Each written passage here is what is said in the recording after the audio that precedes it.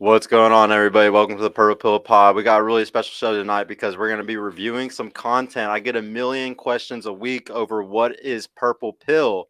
So we're going to define it. We're going to watch AMS's videos talking about it, describing it, review it, see what I agree and disagree with, even though about 90% of it I agree with. So shout out to you, AMS, and thank you for the idea of the Purple Pill Pod.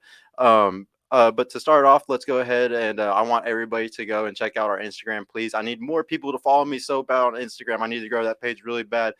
So please go ahead and add us. If you want to come on the show and you're a lady, please hit me up on there. I need more ladies all the time. Also, I just started the Twitter, so I really need to build that up. If y'all could please go to Twitter and add us at Purple Pill Pod TX. It's different from all the other ones because people kept taking my names on there. But yeah, please go and check those out. And then also, please go add us on Facebook and TikTok. I got to grow those ones also to 10K for us to start making some money off of them. I appreciate y'all and everything you do. And then shout out to Cornerstone, helping out with everything in the background. And my two producers, we got Donnie and JR in the background tonight helping me out. We're going to be watching these videos and also taking calls. We're going to put in the chat. In the comments, we'll be putting a link for y'all to come in on StreamYard if anybody wants to come and debate me on a certain subject, discuss certain Purple Pill things that you might disagree with, anything like that. If you have, or if you just want advice on anything in dating, or if you're talking to girls or anything, call in for that. Ladies, this isn't going to be that much of a show for y'all. 90% of our viewer base is men, so this is going to be mostly for men. This is going to be a lot of advice for men tonight. Y'all are more welcome to watch, even though it's mostly for men.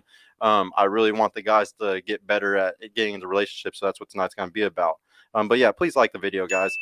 We really need to share it and get it out there so we can have a good chat for tonight. And ladies, if you ever want to actually debate Sergio or even have any questions for him, please feel free to join us on StreamYard. I will be posting the link here shortly. Yeah, guys, please do.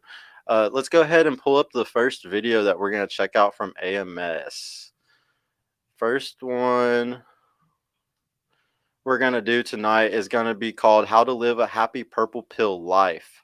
So he's going to just be describing, what we need to do. And I think there was a couple things in this video that I kind of disagreed with. So we'll go over those things that I do disagree with.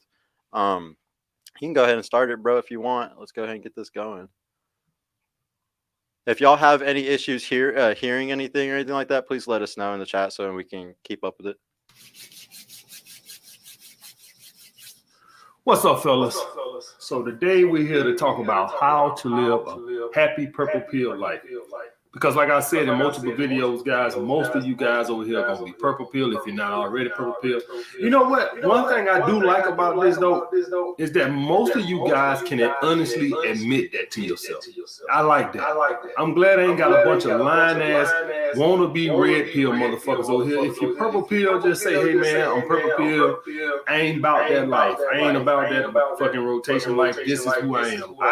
See, part of having an abundance mindset, guys, and being an alpha is about not giving a damn what AMS thinks, nobody else thinks. It's what you like in your life. Chat saying that they're getting some feedback. I think I know what it is. Can you, we're going to need to mute the monitor. 1 second, chat. Mute the monitor? Or actually saying that it's an echo. Sergio, there's echoes. Trying to think what would stop it.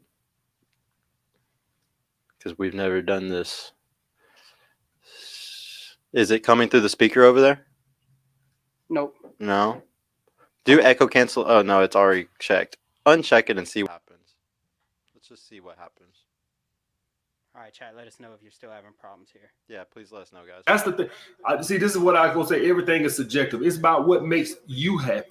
And if being purple pill, hey, man, I'm a relationship type guy, I still stand by what I say. I don't understand why no guy would get married, but except for the guys that are in these religious countries or got these religious backgrounds where they kind of have to get married. It's just their heritage. I understand that. I ain't gonna shit on that. I get that. Thank you, y'all. But other than that, I don't see no reason why no guy should get married. That's the way the laws are constructed today. But if you're a guy and you just, hey man, I feel better being purple pill than I do, having a rotation and shit like that. I ain't gonna knock it, and I actually applaud it because you at least honest to your fucking self. Okay, but I came up with some ways to live a happy Purple Pill life for my Purple Pill brothers out there, which is the overwhelming majority over here. You can't be blue pill over here and watching me. So if you ask me to break it down on what I think it is, I would think that at least 80% of guys over here are purple pill and probably 20% are red pill. That if you ask me to give you an honest assessment, no less than 75-25. That's my honest assessment of what the guys are over here. And y'all guys wonder how I know that. I can tell by the questions y'all ask me. That's how I know. All right.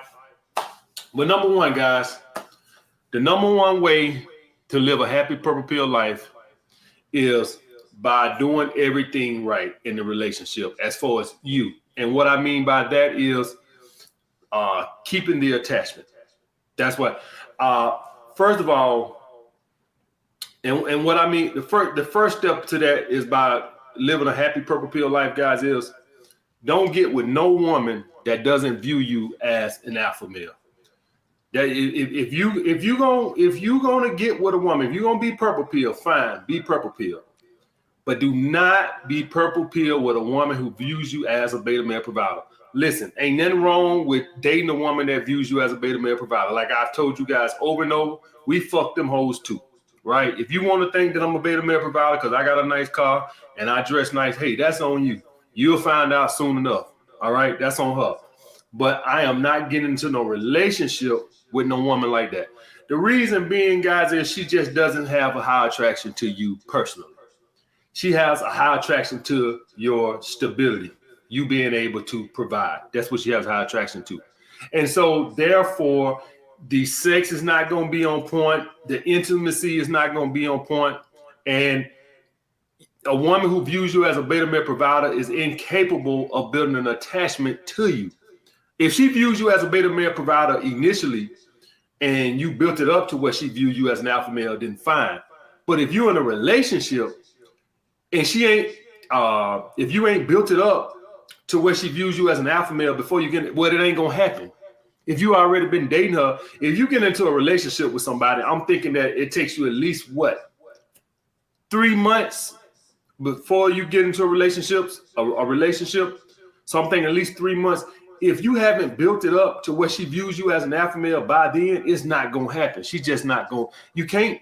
A woman is not going to view you as an alpha male 2 years later. It's, you know what I'm saying? So a woman can meet you and initially view you as a beta male provider. And then a week or two later, after going on a couple of dates with you, you raise her attraction enough to where she starts to view you as an alpha male. Where she sees that, damn, I thought he was a beta male, but this motherfucker's alpha as hell. Do y'all guys understand that? That ain't something that takes you a year to build up. So if it's, and you know, and for all the ladies that's watching this, if a guy ain't got serious with you in a couple of years, I'm talking about marriage, in 5 years, he ain't gonna marry you. That's the same way it is with this, guys. This ain't something, of course, with everything, guys, it's always gonna be outliers, right? I don't want to deal with outliers. Okay, yes, people do get married after 10 years of being together. I get that. What's the ratio of that?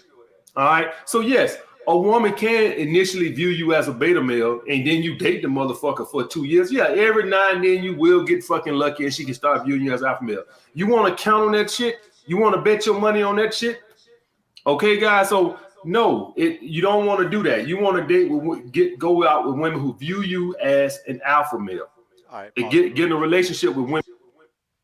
All right, guys. So yeah, what he's talking about really quick here is something that's super important. Like I'd say this is one of the reasons why I think you need to be a top 10% men to even be purple pill, to even be in a relationship. You have to be already viewed as an alpha by her from the get-go. If you started off, like he's saying, a year later, she's never going to see you as an alpha provider. She's never going to see that. She's always going to see you as a beta provider. One of the big things that like I'd like to talk about also when it comes to this is that if you're starting it off and you're not already leading in every way, shape, and form, like you're doing all the dinners, you're planning everything, you're paying for everything, like you have to put your first I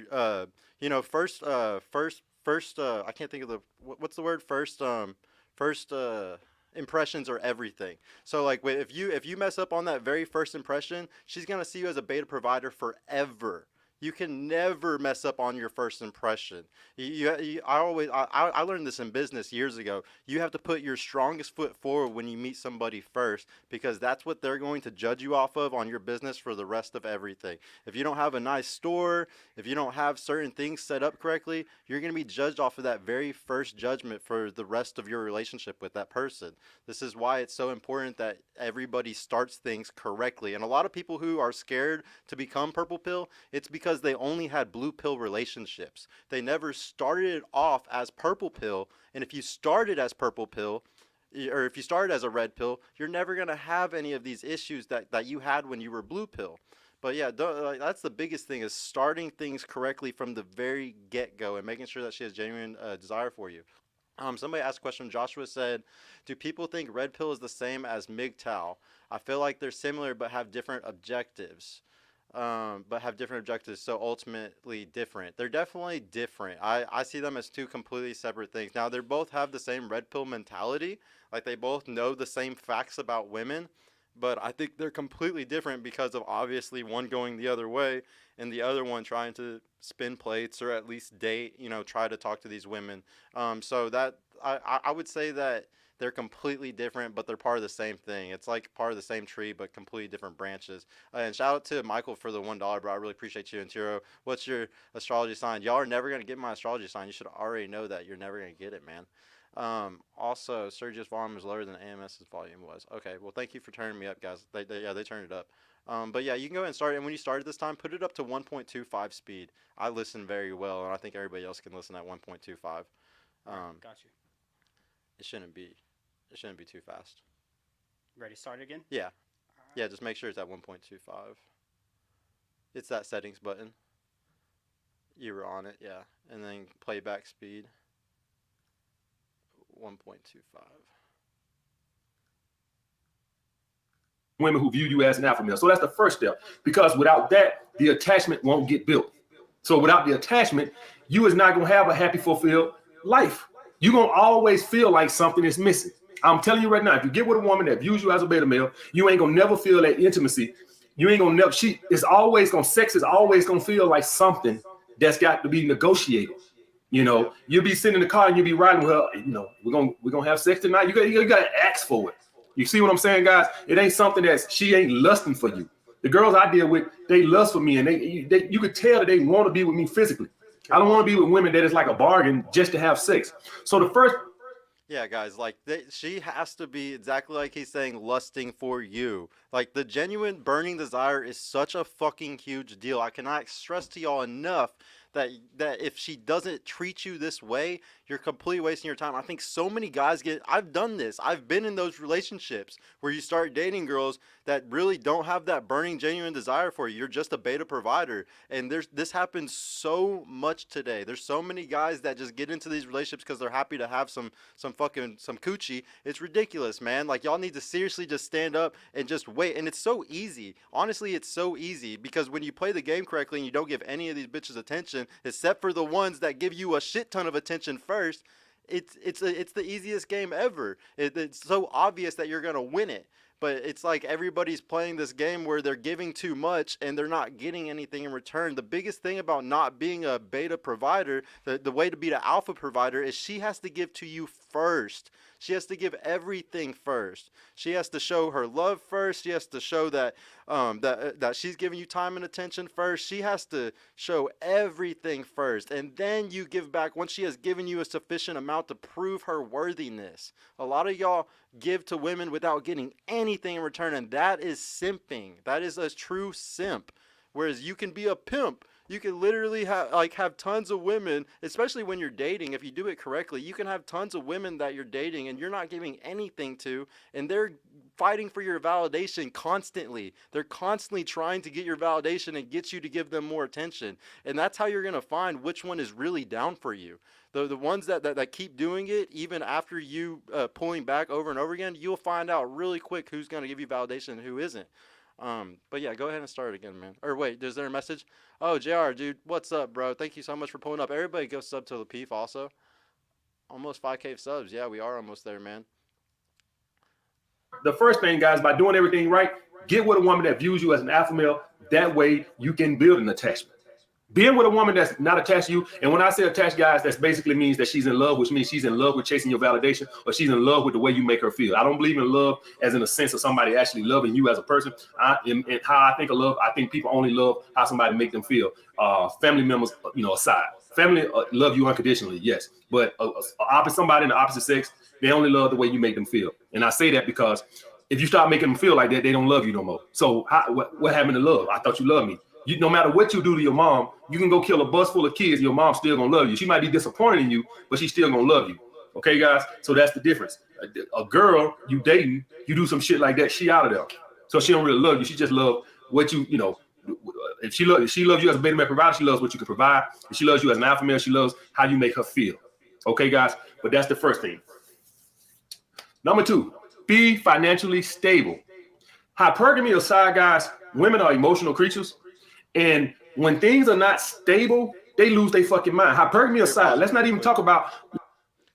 So this is one that whenever I was watching this a couple of days ago, I didn't really like this point, because the biggest thing that I believe about Purple Pill is that you shouldn't even be getting into a damn relationship if you're not financially stable, like completely.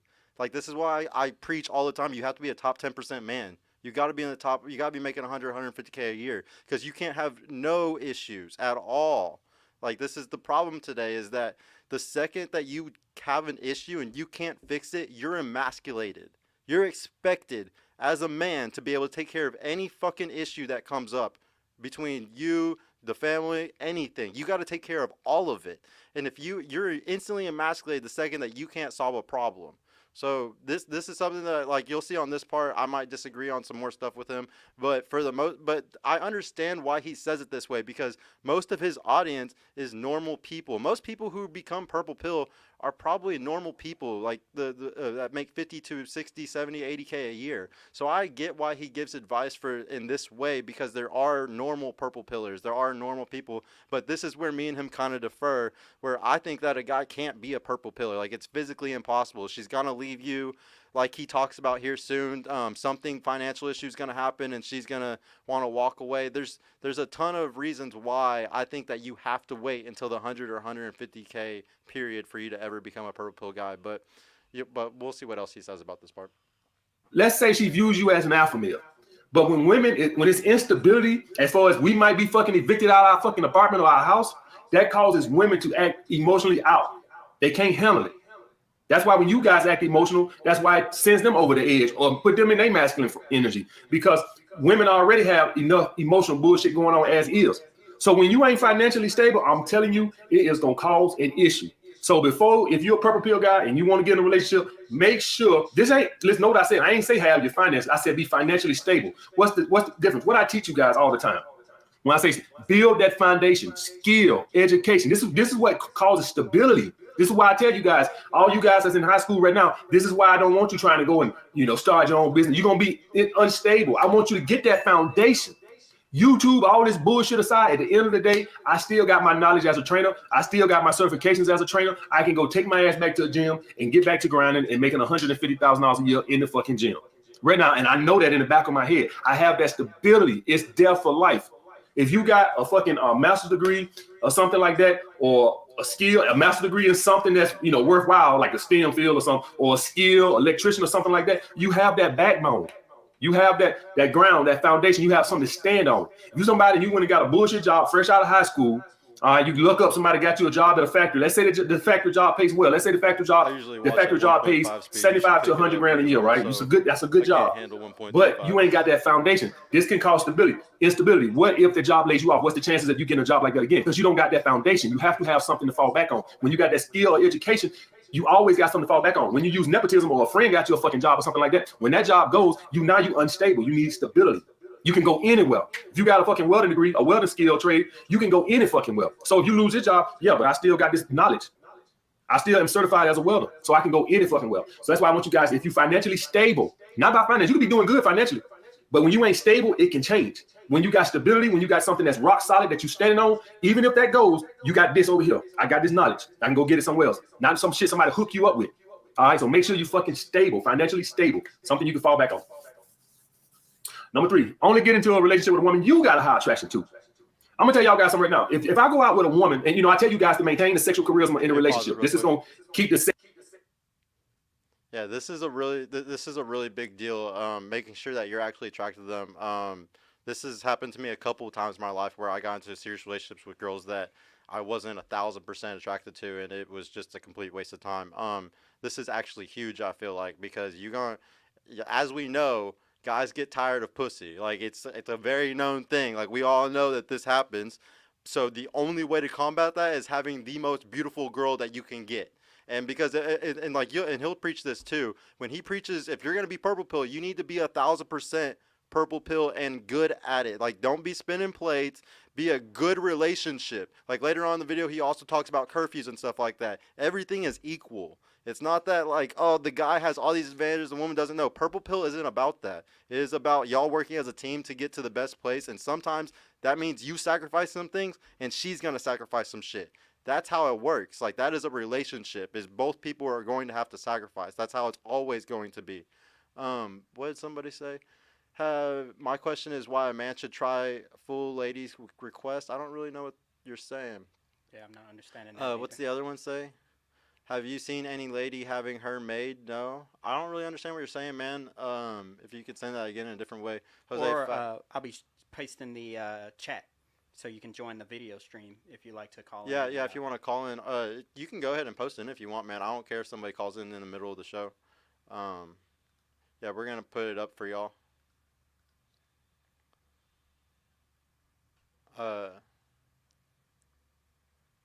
But yeah, attraction is so massive, guys. Like I cannot express to you how much like you have to be super attracted to this girl to be able to be purple pill because yeah, you're gonna end up cheating in fucking a few months. Like as soon as she starts gaining weight or anything, you're gonna be out the door. Yeah, you need to be super attracted to these girls, or you're just wasting you and their time.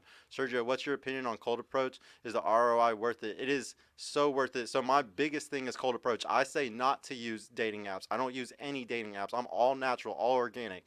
And the reason why is because I have such higher success. Like if say on dating apps, it's a 1 in 100 chance of the girl going out and fucking you. I would say my cold approach is easily a 1 to 20, 1 to 10 on some nights. Like I think cold approach is way stronger. And as we've proved with panels of girls normally have, if we're going to start keeping track of everything that everybody's answering, but I would say right now it's at least half the girls have said cold approach is king and the other half is Instagram, or it might be leveraged a little bit more towards cold approach for about 60-40 or something like that. So I would definitely say cold approach is like the only answer, and it's definitely the only thing that's worth it in my opinion. And women just respect you so much more for it. Like if you want a girl that's gonna have burning genuine desire for you, I'm almost 1,000% positive it's gonna come way quicker from a cold approach than it is from an online person. I don't know why. That's just what I've experienced and what I've heard a lot of other people experience. That burning genuine desire just comes really quickly whenever you got that vibe with them, as these girls like to say in person. It's a really stupid thing. All right, you can go ahead and start it again, man. Sexual intensity in the relationship.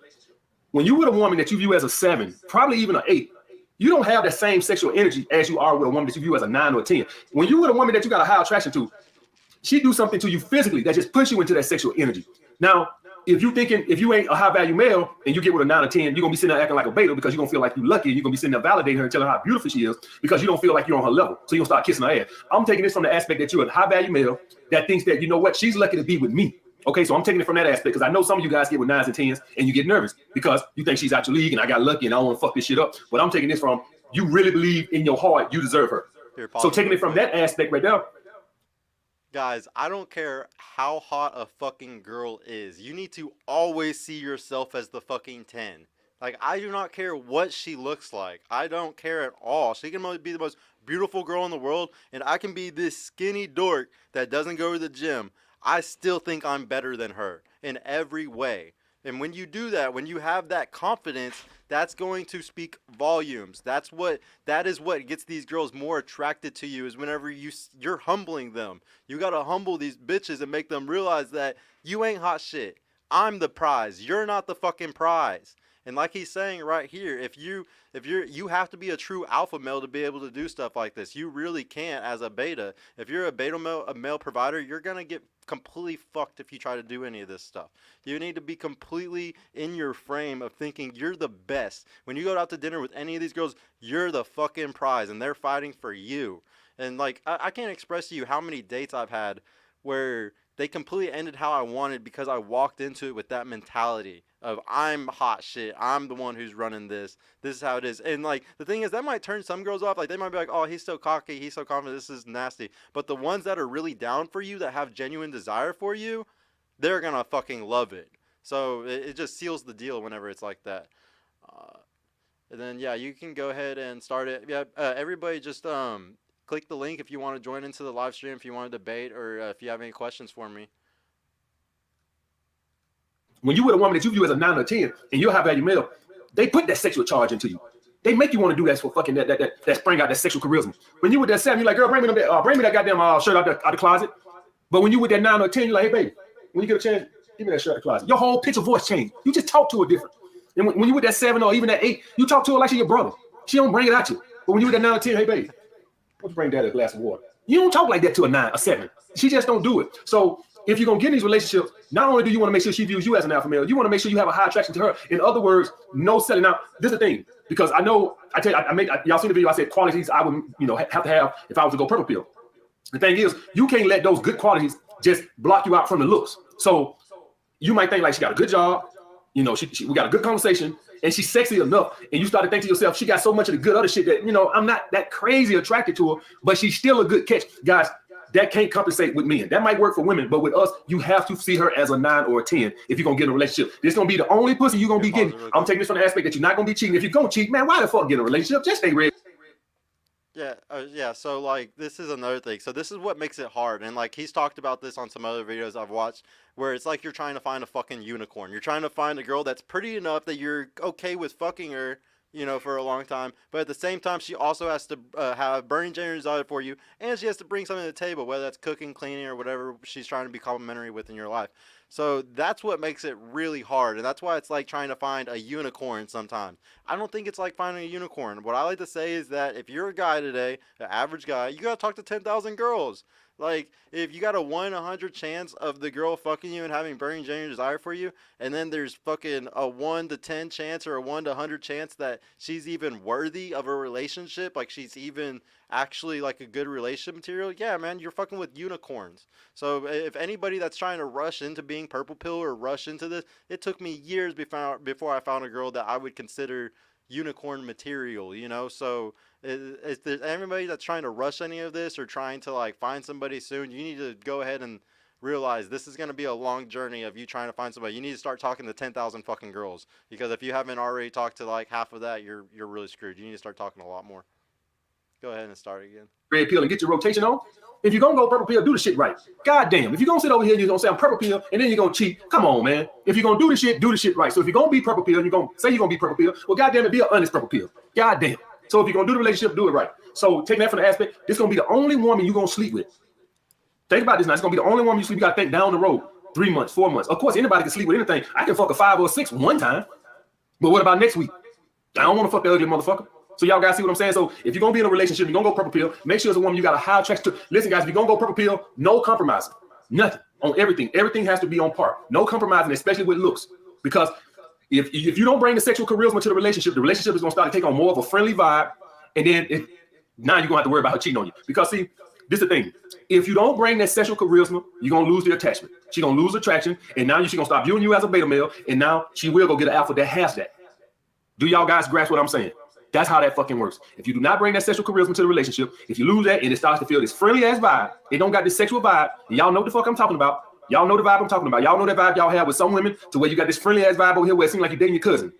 If the relationship starts to take on that aspect, the attachment is gonna be lost, she's gonna lose attraction, and she's gonna step out on it. And you're gonna start seeing funny behavior because she's gonna get that from somewhere. A woman is gonna always have to find a fucking alpha male. So if she starts viewing you as an alpha male, she will go get it somewhere else. Bottom fucking line, guys. Facts. Okay, next. Stay progressing financially. Now, the thing with this, guys, is not only is ambition attracted to a woman, but this also keeps you. Yeah, so staying progressive financially is absolutely massive, but I'm going to tell you like a little cheat code to it and what makes it so easy. Hypergamy. Because of hypergamy and because you know that this hot girl that you're with constantly has other options and she could be hypergamous at any point, there is no thing that drives me more than that fact in life. That is the thing that pushes me to want to make more, strive more, learn more, constantly pushing harder than what I would consider more than my peers or anybody else around me. Is that I've always chose to have pretty girls, and what does that do? Constantly puts me in the pressure of constantly having to work harder and prove to be even more and more and more and more of a man. You constantly got to be keeping up with the competition and beating them. Shout out to Brandon Carter bringing this up first and really teaching me this. He was talking because he has a really beautiful girlfriend, and he lives in a building in Miami with tons of basketball players and professional people, and he has to constantly be worried about hypergamy. He has to constantly be worried about his woman maybe seeing a guy in an elevator or something like, and the only way you can combat that is by being the absolute best you can so she cannot replace you. If you're way better than every other person in every other aspect, you're irreplaceable. She's only going to downgrade, and if we know how hypergamy works and they always have to upgrade, they're going to feel like they downgraded if they like. And you got to understand, even a beta male provider can take your girl. Like you'd be surprised that even some beta males, if they're a beta male provider with enough money and she sees, oh, he has money, you might have the better dick game, but he got the better money game. And like you could still lose them to that. Like you got to understand that you could always lose your girl to because of hypergamy, especially because of money. And you got to understand, you can't blame these women, guys. Like it is their nature to find a provider. Like they're wired to make sure that their children, their offspring, are safe. They're wired this way. It's literally set up for thousands of years so that they could take care of their offspring. Like they have to do this for they have to have a provider. That's just you can't get mad at nature. It's like getting mad at men because they want options or something. It's like getting mad at nature. It's just there's nothing to get mad about. What did you say, Mylan K? You said, so what about cross-country dating? You can't meet face-to-face. What to do then? I'm completely against cross-country dating, man. I'm completely against anything that is like that. Even if you're fucking 2 hours away, I think it's too bad sometimes. Like, I don't believe in any type of long-distance relationships. And the whole reason why is because I'm very organic. I'm very natural. I believe there's a lot of power in touch. There's a lot of power in seeing each other often. There's power in laying next to somebody every night. Like there is a lot to that. And when you're not doing any of those things with somebody, it's not a real relationship to me. It's just not. They could easily, you're sitting there FaceTiming them, texting them, calling them, whatever, every night. And they could be going and fucking somebody else, or like they could be inviting a guy over. Like it's literally so stupid to me that guys do it. It's like you're supposed to be, as CGA says, protecting your meat. And whenever you're doing a long distance relationship, you're doing the exact fucking opposite of protecting your meat. The exact opposite. You're literally, if they ask you for money because they're your girlfriend across country, you probably send them the 10 or 20 for lunch. So you're fucking up on the money aspect. You're giving them energy without getting anything else in return. You're fucking up that. You're giving them attention, texting them and all that stuff, getting nothing else in return, and that you're not getting sex. And your time. You're literally giving up your time thinking that you're in something serious when you are walking every day past the girl that might really love you. That's like, that has true genuine desire for you. That's, you know, just right around the corner, and you're not even looking at her because you got some girl that you're fucking messaging in California or some stupid shit. It's literally so ignorant to me. Anybody that's doing online dating and watching this, you should just fucking stop. Like, you're wasting your damn time. Like, seriously.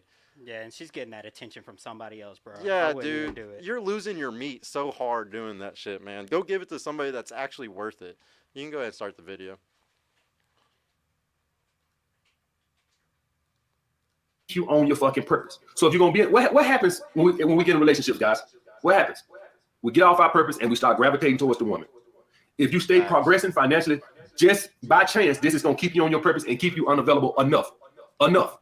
Okay, because you might be living with a girl, and also if you got one girl and you're perfect in your relationship, you're gonna see her more than a girl you would in your rotation. But being on your purpose will keep you unavailable enough to where it keeps that attraction. This is even when you're living with a girl, when you own your fucking purpose. If somebody asks me a question about how to keep a woman attracted, why you on vacation with them, or why you living with them, you own your fucking purpose. So even though you living with a girl or you're on vacation, when I go on vacation, guys, I'm not just fucking kicking back eating hot dogs all fucking day. I still work. I still get a few hours in every day. I'm not just the whole vacation. I'm just gonna be a gluttonous fuck sitting around playing and eating ice cream all fucking day. No, I still get a few hours working every fucking day. Every vacation, every trip y'all ever seen me ever go on, in one fucking day of just playing around and having a good time every fucking day. I still work. I ain't say I did on every day, but every day. Yeah, every day I made a video. Every day I wrote a chapter in my book. Every day I did something else. I did some more on some days than I did on others, but still I did something every fucking day. So just by being on your purpose, it's gonna keep you unavailable to her enough just to keep that attraction. She must miss you. Guys get in these fucking relationships, and then they just think like the woman want to see them more and more and more, and then you wonder why she starts stepping out. And I'm not talking about cheating, but what she just start hating.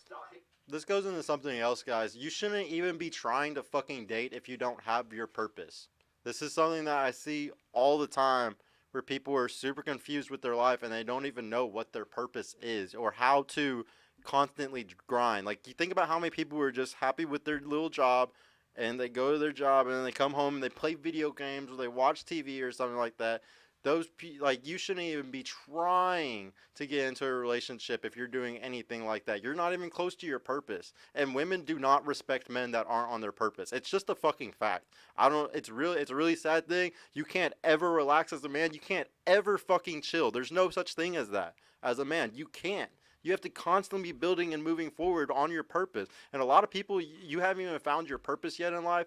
And that's the biggest thing I want to stress to all the guys that fucking watch this show. You have to be pushing to find that. Like, shout out to FNFDallas Discord.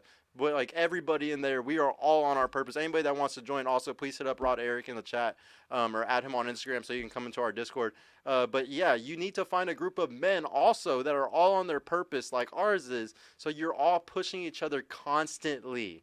You're never going to get respect from a woman being a fucking bum that just has a 9-to-5 and comes home and plays video games. You will be a beta provider. You don't want to fucking be that shit, guys. Like, I know y'all all want to have kids and families one day. You're never going to get it acting like a beta provider that just doesn't have no purpose to your life except for just sitting there doing nothing. All right, you can go ahead and shout out to the Discord. Yeah, shout out to the Discord, man. I hate want to come on. She get tired. Let her miss you. So if you're going to be Purple Pill, stay progressing financially. Just keeping that mindset will keep you on your purpose.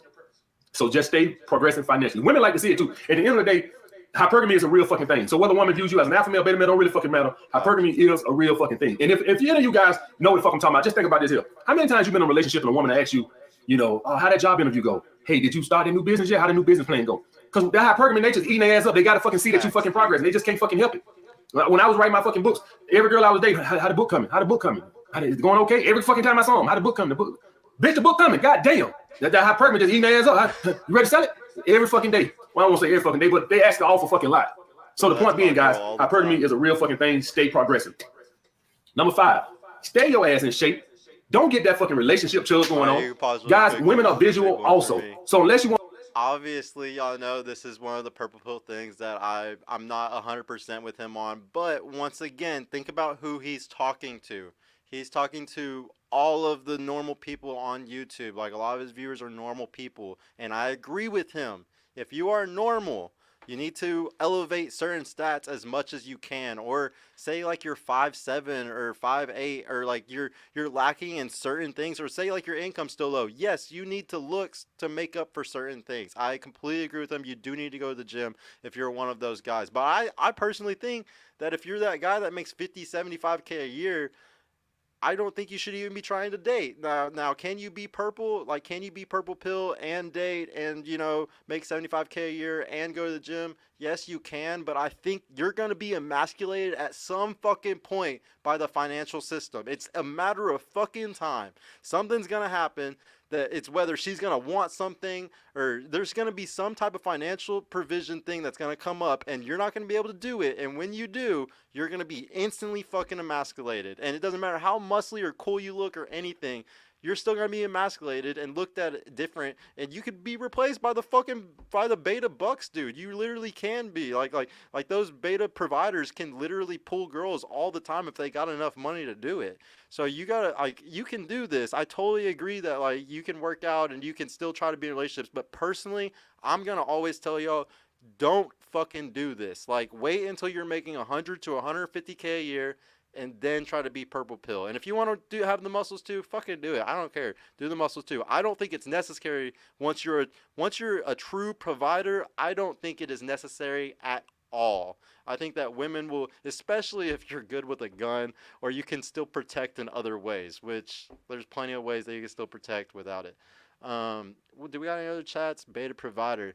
Yeah, Juan, there's lots of beta providers, and that's why I got to basically make the difference between is beta providers and alpha providers, because there's tons of beta providers out here, and the difference between an alpha provider and a beta provider is kind of slim. It's all based off your frame, and a lot of guys just don't have the frame. You gotta have the money to have the frame. Any other chats? Let's go. Rod Eric is goddamn top G. Yes, and please get the likes up, guys. Yeah, from yeah. what I understand we're a couple short from 5K. Yes, please, guys. What's another one? Purple Pill Pod Takeover. We need a convo between Sergio and Myron. I would love to talk with him one day. Hit the damn like button. Yeah, we can go back to the video, though. Shout out to all y'all. If anybody wants to come in and video call, y'all are all more than welcome to. Just look for the link. You want a woman to start viewing you as a beta male in a relationship, which means her attraction has dropped to you. Because listen, guys. What's up, hookup culture? When a woman views you as a beta male, essentially, she doesn't see you as having high sexual market value. To her, you don't have high sexual market value. What you want to convey to your woman is that plenty of women want me. When she see your ass go put on 30 fucking pounds in a relationship, she starts to think that, you know what? Not as many women want you as probably as previously before. Okay, and so she starts to lose attraction. Do y'all guys understand that?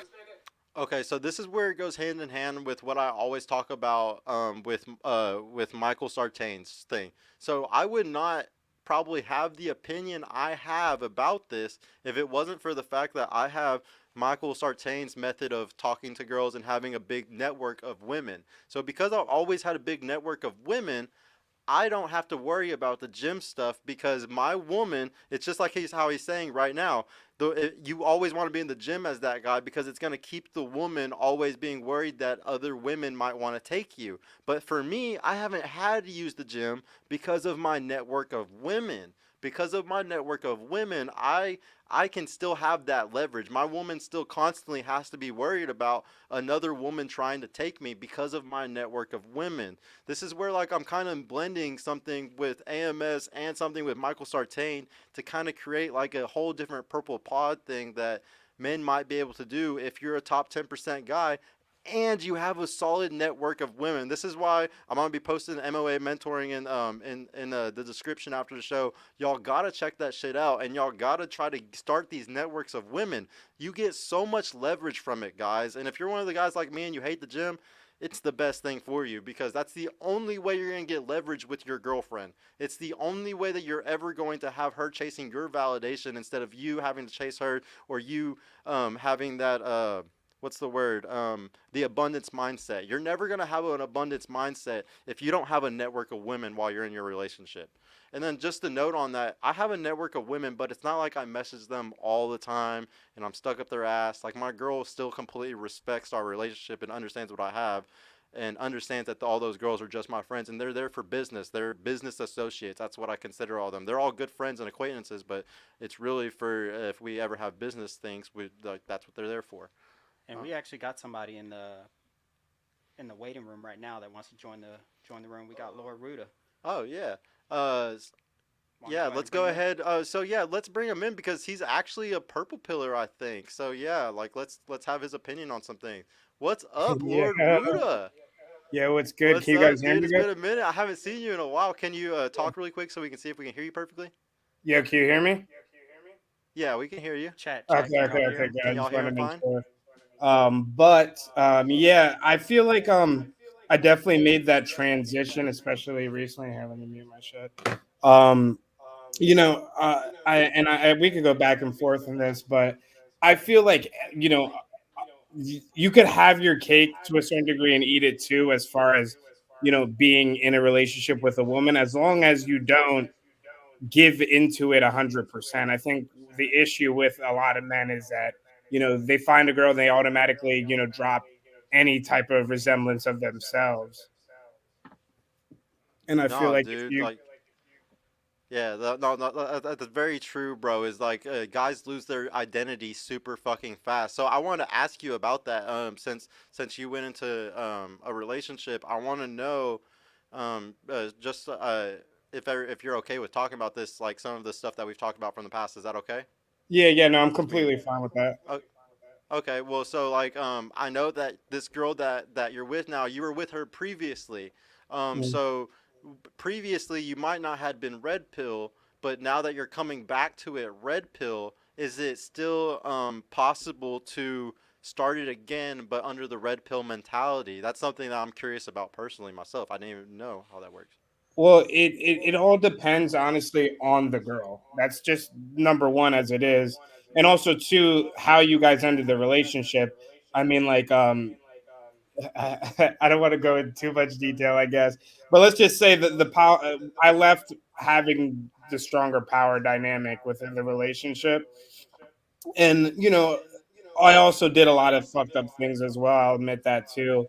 So kind of coming back, it's kind of like, listen, like, I've grown, and certain things that I did before, certain things that maybe you did before, there it's not going to be the same. So we either have to start from a whole new ground where this is like kind of like the groundwork, and kind of move into like a renaissance of a relationship, or you got to just be okay with, yeah, all right, I gave it a shot, and it's not going to work, or you got to get a feel for it. You can't just jump right into it. I mean, like, she's my baby mother too, so it's a little bit different, but um we're not technically dating. Well, we're not like in a relationship yet, but we're kind of building that foundation to get into that.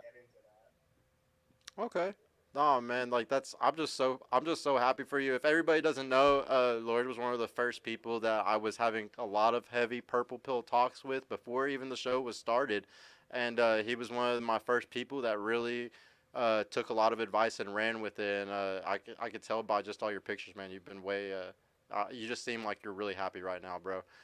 So I'm really happy that everything's worked out for you so much. One of the big things I also want to ask you though is do you think that like you're going to be able to stay red pill? Like do you think that you're going to be able to hold down the relationship in like a red pill manner? Like once you like you said you are kind of just dating right now, but once you are more serious, do you think it's going to be a very red pill relationship, or um are y'all doing something more 50-50ish? Like are you trying to basically look at the relationship from a red pill lens, or are you trying to be more equal with her on certain things? Well, I'm gonna definitely say from a red pill lens, but like kind of to a how do I describe it? Kind of coming from, I guess, that purple pill aspect. It'll never be 50-50. And even describing some of the dynamics, like I'm kind of setting up a situation where it's going to be I'm the main provider, and that's what it is right now. But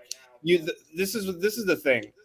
You either are gonna, if you're 50-50, you're gonna be blue pill, like, you know what I mean. There's gonna be Yeah. some lack of respect.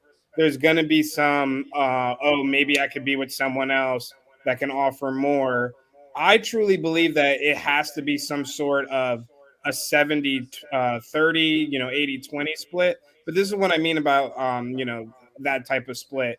It's not necessarily money, but it's effort. You know what I mean? As far as, maybe, yeah, you're the one that's providing mainly, but she's doing certain things to assist you. So let's just say you choose to live with your girlfriend, and me personally, I'm doing this differently. Like, I've already lived with her, we have a child. I don't recommend other people do that right away, but let's just say if you guys are going to live together, yeah, you're taking care of the rent or mortgage or whatever, but she's paying the utilities, or you're paying everything else, she's buying the groceries and cooking you food.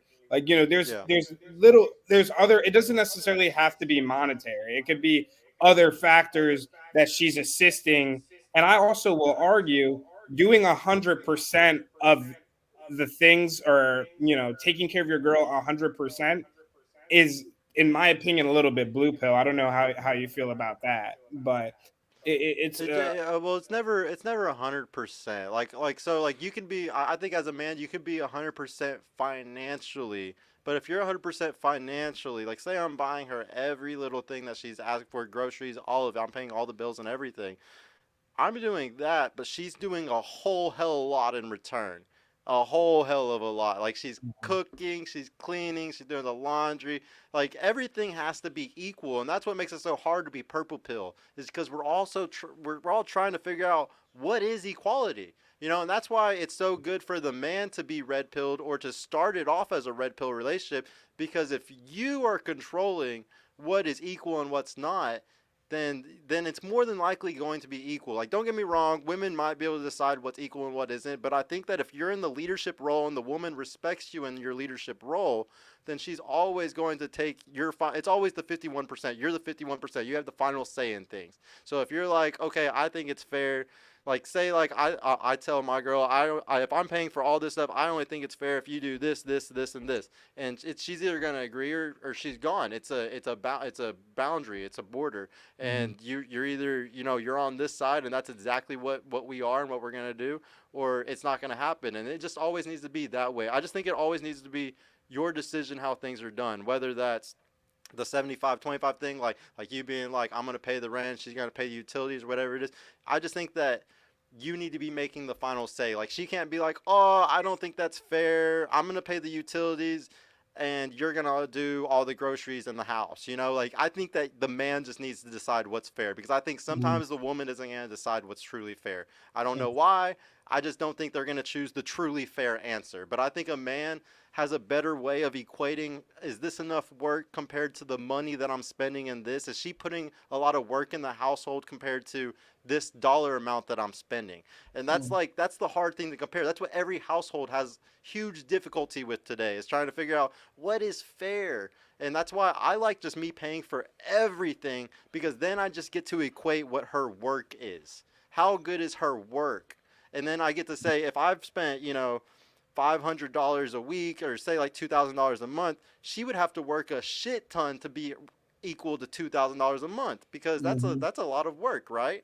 In my opinion, you know. But a girl who only costs you $400 or $500 a month, she doesn't need to do that much work for $400 or $500 a month. Like she would only need to really cook and do the laundry, maybe. You know, it just depends how much the girl is costing you, and then how much she's bringing to your life. This is the big issue, man. Nobody understands what's equal and what is, and it's the big thing that's debated. Every couple has to debate it and figure out what works for them based off their income. Yeah, and I would argue too, obviously, with purple pill, we'll call it that for now, I guess. It's rooted in red pill. You know what I mean? It's rooted in red pill. Yeah, you could have a healthy relationship with someone that loves and admires you, and you could be fully committed to her, but you're still on your mission, you're still on your grind, you're still, working out, 4 to 5 days a week. You're still trying to, escape the matrix, as Andrew Tate would say. You're still, working on bettering yourself. And, there's always an out. You know what I mean? If she doesn't want to comply to, your arrangement or your agreement, whether it's, 50-50, whatever it may be, you have to be able to say, I'm out. You know what I mean? And that's where a lot of the I believe, if we're gonna, write a purple pill Bible, that's where it's rooted in the red pill, but there's a little bit of softness to it. You know what I mean? And it's for the people that believe in family, that want to have a family, that may have kids, and realize that in this day and age, to raise the next generation, you need a strong family unit. You need to have a strong family dynamic. You need to have a partner that's willing to work on a team. And you know what I mean? It's hard nowadays. So I understand exactly where you're coming from.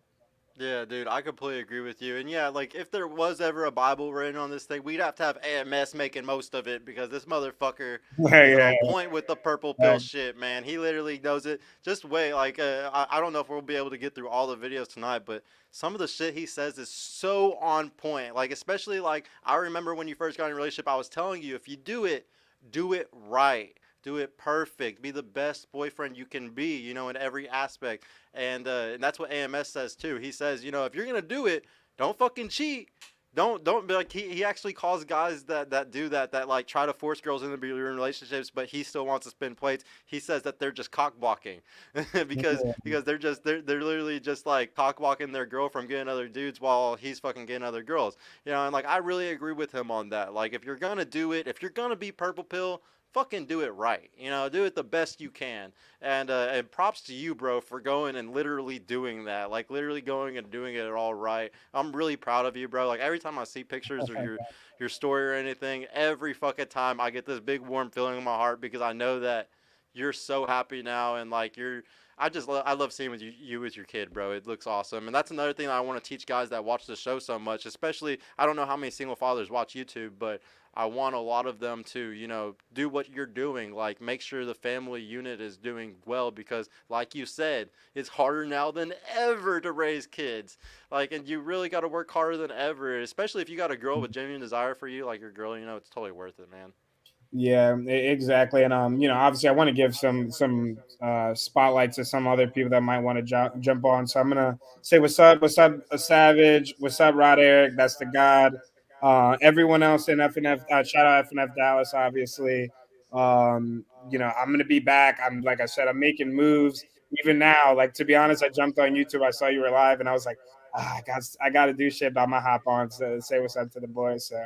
You know, Hell yeah, bro. I'm Thank you gonna for still be on. pulling I'm up, still bro. gonna be in the chat, obviously, but obviously this is a great movement. Obviously picking up crazy steam, work ethic undeniable. So peace out, you guys, and you know, I will be back in full fledged in the Discord. I've just been bullshitting recently. Nah, I feel you, bro. I'm proud of you, man. Thank you so much for just pulling up and showing out on the show, though, bro. Thank you, man. No, I got you. Peace out, guys. Peace out, bro. Man, Lord Ruda right there. Shout out to him for coming on. We'll go back to the video now really quick. If we can, yeah. If anybody else wants to join, please just click the link. So you always want to be dressing nice, staying in shape, on your purpose. You always want to be a high value male to where she see that, you know what, if I fuck up this motherfucker, he won't have no problem replacing my ass. Do y'all guys understand that? So a lot of guys with getting these relationships, they stop going to the gym fucking completely, thinking that, you know what, as long as my finances in order, yeah. But women are visual just as well, guys, just as us, just like us. So if you're going to gain weight, they're going to find you less attractive, which means she's going to start viewing you as a fucking beta male. And you know what happens once she starts viewing you as a beta male? She got to find a fucking alpha male. Got to. That's beta males, you know, I get beta males sending me questions all the time. A girl won't have sex with me. One girl won't have sex with me because she's fucking an alpha. That's why she's not fucking you. I don't know no other way to tell you this. And you know what? I ain't gonna even try to have this argument with you guys today because I know if you got this strong beta male mindset, I'm not gonna be able to change your mind no matter. Just because you can't pinpoint how she would do it. See, guys, the thing with why a woman, you'll never catch a woman, guys, if she find an alpha male, he'll know how to play his fucking role. And so she just like, hey, you know, I'm gonna come over there when I get off work, and he'll know it's gonna be a wham bam, thank you, ma'am. Then she coming straight on home to you and don't even skip a beat. See, what you thinking is she ain't got time to date another guy. See, that's what you thinking. She ain't got time to spend with another guy. See, the other dude, he's an alpha male. He knows his part. He knows what his role is. Wham bam, thank you, ma'am. He don't require her to spend time with him. She done already told him, look, I got a boyfriend, and this is what it is, and so this is the time I can come over there, and he ain't gonna sit there and blow up her phone, and he ain't gonna sit there and be begging her to spend time. He know what it is. That's the difference. That's why you'll never catch him. That's why a man always fucking get caught. What woman goes for that? Only a fucking prostitute. Women require more. So when a man steps out, a woman is easy to pick up on it because that woman, unless you're gonna be paying a bill or something, well, you know, it's wham bam, thank you, ma'am. But if you ain't tricking, you're gonna have to spend some kind of quality time, and that's how the woman picks up that you stepping out because she knows this dude is for 2, 3 hours, 3, 4 hours. He don't answer his fucking phone. A woman ain't got that issue because an alpha male won't require that out of her. So if you're a beta male and you thinking like, man, no way the fucking hell my girl cheating on me, it don't take her long. 20 minutes. 20 minutes with a dude that knows how to play his fucking role, and he out of there. And she out of there. That's all she fucking need. Guys, this is why he preaches and why I preach. If you do the relationship thing, you better be fucking perfect because, like, you better not make no mistakes. Like, if you want to play the cheating game, she gonna go do the same shit just as easily. Like, it's way easier for them to go get it. Like, this is what's so funny to me about guys, like, sometimes who think that women aren't playing games just as hard or spinning plates just as hard sometimes. Sometimes they really are. Like, you really can't sit there and act like you always got the leverage if you're not that guy. If you ain't that guy, you shouldn't be acting like you got all that strength because you really don't got shit, man. Like, these women will fucking literally, like he's saying, like, they can literally dip off and fuck an alpha in 15 minutes and then come home and kiss you. Like, why? Like, why get into a relationship and then act like a dumbass and then put yourself in the position where you're going to kiss a girl that just sucked some dick? Like, it's literally the dumbest thing ever. Like, don't act stupid if you're going, like I was just talking with Lord about. If you're going to do the purple pill thing, Do the fucking purple pill thing 1,000%. Don't fucking cheat. These bitches will go suck dick and come home and make out with you afterwards. Like, seriously. Don't be fucking stupid. All right, you can start it again. I done had it too many fucking times, guys. That's why I think I'm just scarred from ever getting a relationship, because I seen how quick it is. And you know what? I wasn't even scarred from seeing, sleeping with girls. When I had this girl who was engaged to a dude, and she would come over there and just suck my dick and then go home. And I said, I just think to myself, I bet you the first thing she do when she see him is kiss him dead in the mouth. I said, I bet that's the first thing she gonna do. And so the point being, but I knew my role. I didn't require her to come over there and spend time with me. I get it. She done told me she got a fiance. It was all on, I seen it on Facebook, so it ain't, I knew my fucking role. All right, guys. So make sure you stay in fucking shape, guys, so a woman can stay viewing you as an alpha male. So you can stay with your sexual market value high in her eyes. Women are visual too. Last one, guys. Don't lose your identity in the fucking relationship. Purpose aside, guys, do not give up your hobbies and your friends for the woman. Yeah, so he's right here. Don't, obviously, yeah, like, don't give up everything that makes you who you are. That's actually what makes you so attractive to the woman in the fucking first place. It's usually your hobbies or you having a group of guys that you're hanging out with or something. That's what makes you fucking attractive. If you give up all that shit, you're fucked. Now, the only difference is that I'm a little bit different from this point, but the reason why is because I'm a homebody. I like to find a girl that's also a homebody like me, and we can both stay home and save money. But that is a unicorn trait. That is something that not everybody can find. So if your girl is the type where she likes to go and do stuff, you need to always be able to have your boys to go do stuff. If she's the type where she's going to go hang out with friends, get her nails done, do certain things, you need to always have a group of guys to be able to go do stuff so you're not stuck up her fucking ass. You have to constantly have that, or else you're going to be following her validation instead of her following your validation. It's a huge deal. And guys make this mistake every time they get into a relationship. This is such a normal fucking thing to completely drop everything that you're doing in your life that's a hobby. Like my friends I've been gaming with, it don't matter what relationship I've been in, I always go back to them at some point. Like, I have a huge gaming friends of Discord, and it's never going to take away no matter what, and it needs to be that way for anybody. And any guys that need just a group of guys, if you're around Dallas, please hit up Rod Eric in the chat, add him on Instagram so you can come to our Discord. We got a big group of guys, and you need something like that, guys. Like, you need a group of men to go and do shit with, to give your time to, or else you're just gonna be stuck up your girl's ass, man. You literally cannot be a purple pill guy if you don't have a network of men. Like, it's just impossible. You're gonna look like a bitch at some point, or she's just not gonna like it. Women love social skill. And what were you gonna say? Oh, I was gonna say, and make sure these group of men are actually red pill and not some beta bitches. Facts. Because fuck them dudes. Yeah, like, you gotta make sure they're gonna drag you down. Yeah, they're gonna drag you down if you want to choose a group of blue pill guys. And another thing on that, or wait, no, that's it really. The Hollow Turtle, thank you for the $2, bro. FNFDallas, it's been an awesome first week. Yeah, bro, definitely has been. Yeah, we can go ahead and start it again. Period. First of all, let's assume that she's one of those type of women that want to do that. All she gonna fucking do is distance you from everything you love and then destroy your fucking life. Or let's say that she's one of those women that don't like to do that, but you doing it because you want to fucking push up on her because you scared she might cheat. You see what I'm saying? That's why a guy will want to give up his other shit, because he don't trust himself. This is what happens when you get with a woman who views you as a beta male and she's not chasing your validation. Well, she's not chasing your validation where you're chasing hers, because you know she don't see you like that. And so it's always in the back of your head, man. You can tell, this bitch don't view you as an alpha male, and so you always self-conscious of it, so you always want to spend more time with her. Why you want to spend more time? Because you're trying to block those other dicks, because you know she views you as a fucking beta male, which you could have prevented if you would have did what I told you from the get-go. And don't get with women who view you as an alpha male. And if you know how to maintain your attachment in the fucking relationship, keep your fat ass in the gym and fucking stay on your fucking purpose, and make sure you got a solid financial bottom to where you can't fucking fall, you wouldn't have this fucking issue of losing the attraction during the fucking relationship. So she'll stay viewing you as a fucking alpha male. Because just because you come into the relationship as a woman viewing you as an alpha male, don't mean that she's always gonna view you that way if her attraction drops.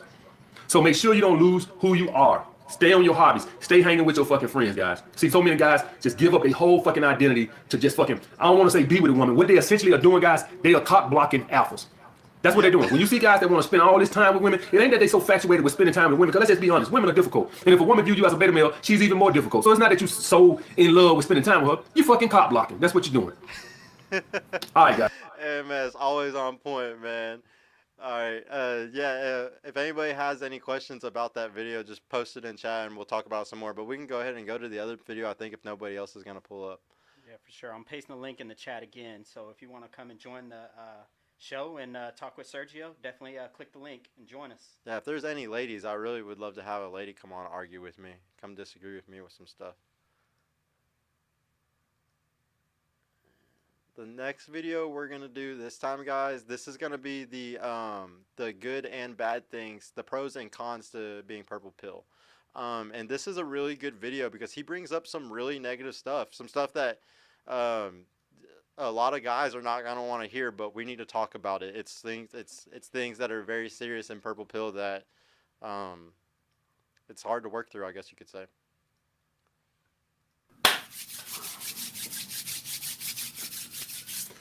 What's up, fellas? So today we're here to talk about the pros and cons to being purple pill.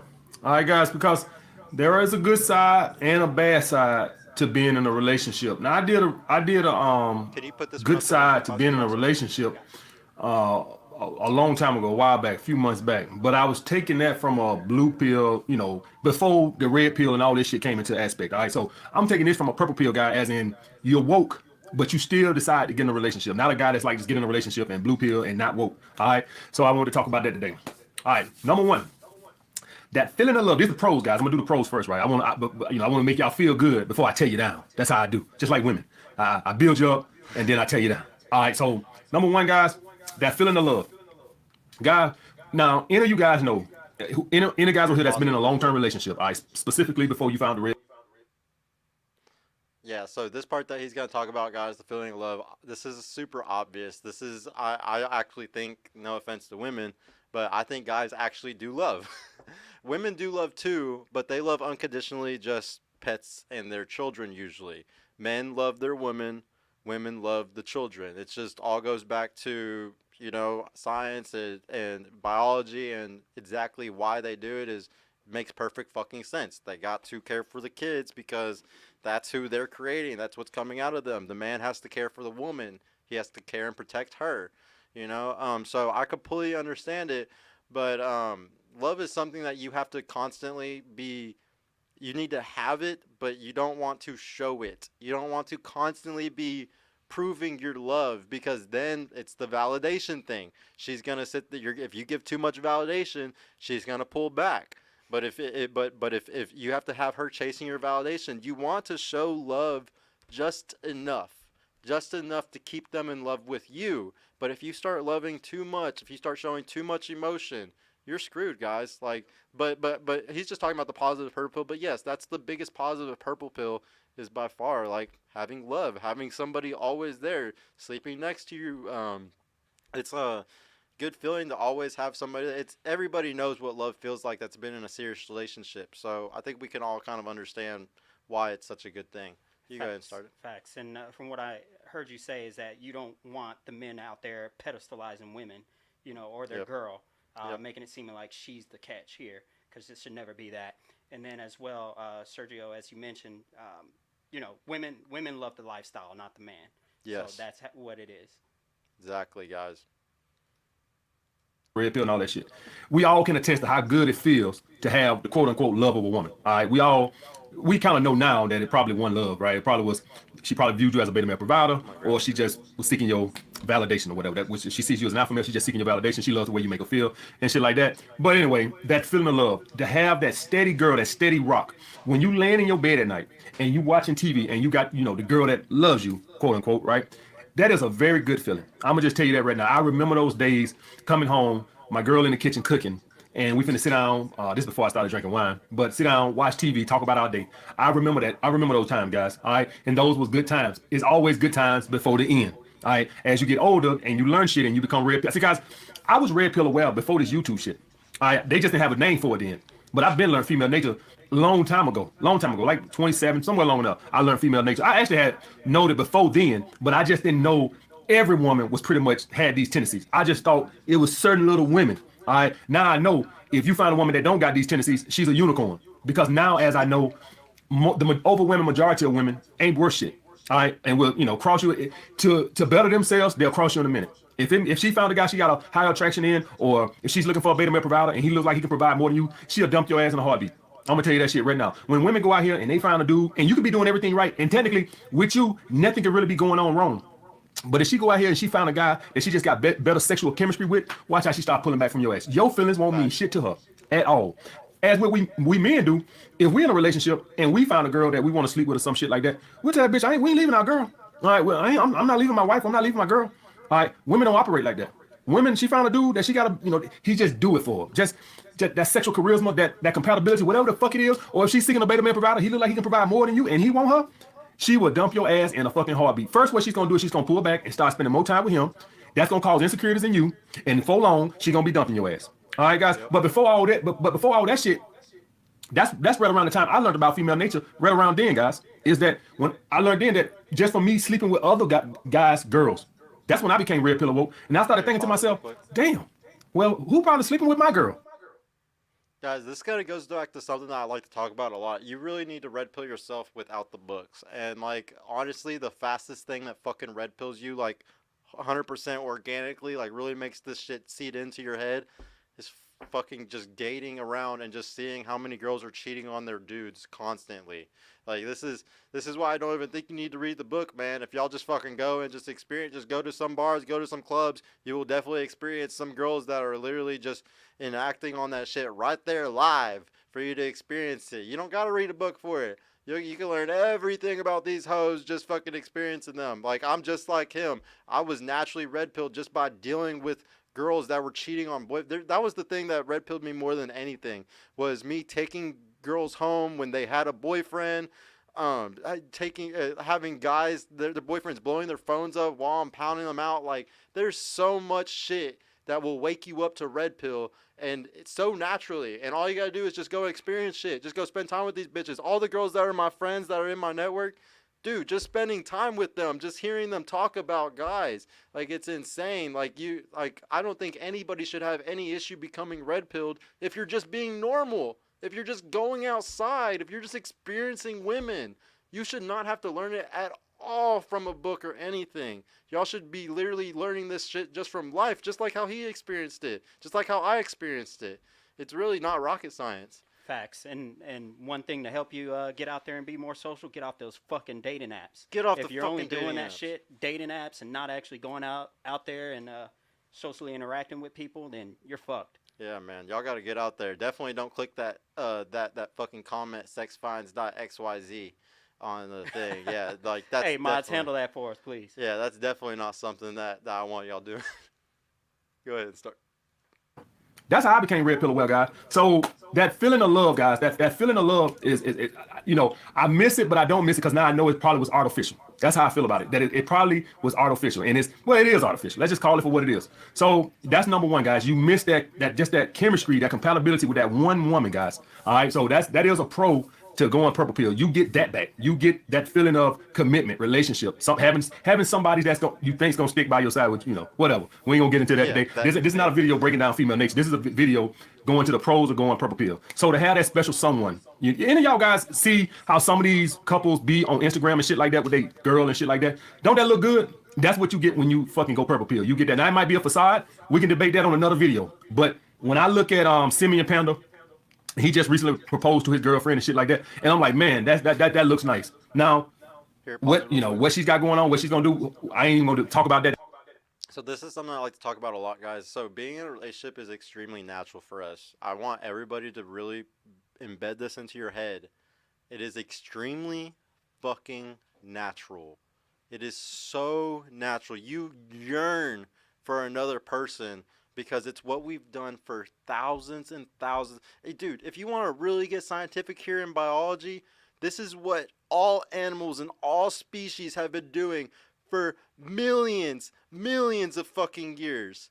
Okay? This is literally what everything on the earth has done forever. Your yearn to want to fucking be in love and, like, be with somebody and do this stuff, it strongly fucking outweighs your ability to stop it. It is such a strong thing. And you can try all day long to say, I don't want relationships, all these women are hoes, all this stuff. But at the end of the fucking day, I know deep in y'all's fucking hearts, y'all want a fucking relationship. That's why you have to get out here and talk to 10,000 fucking girls. That's why you have to get out here and join MOA and start building a network of women.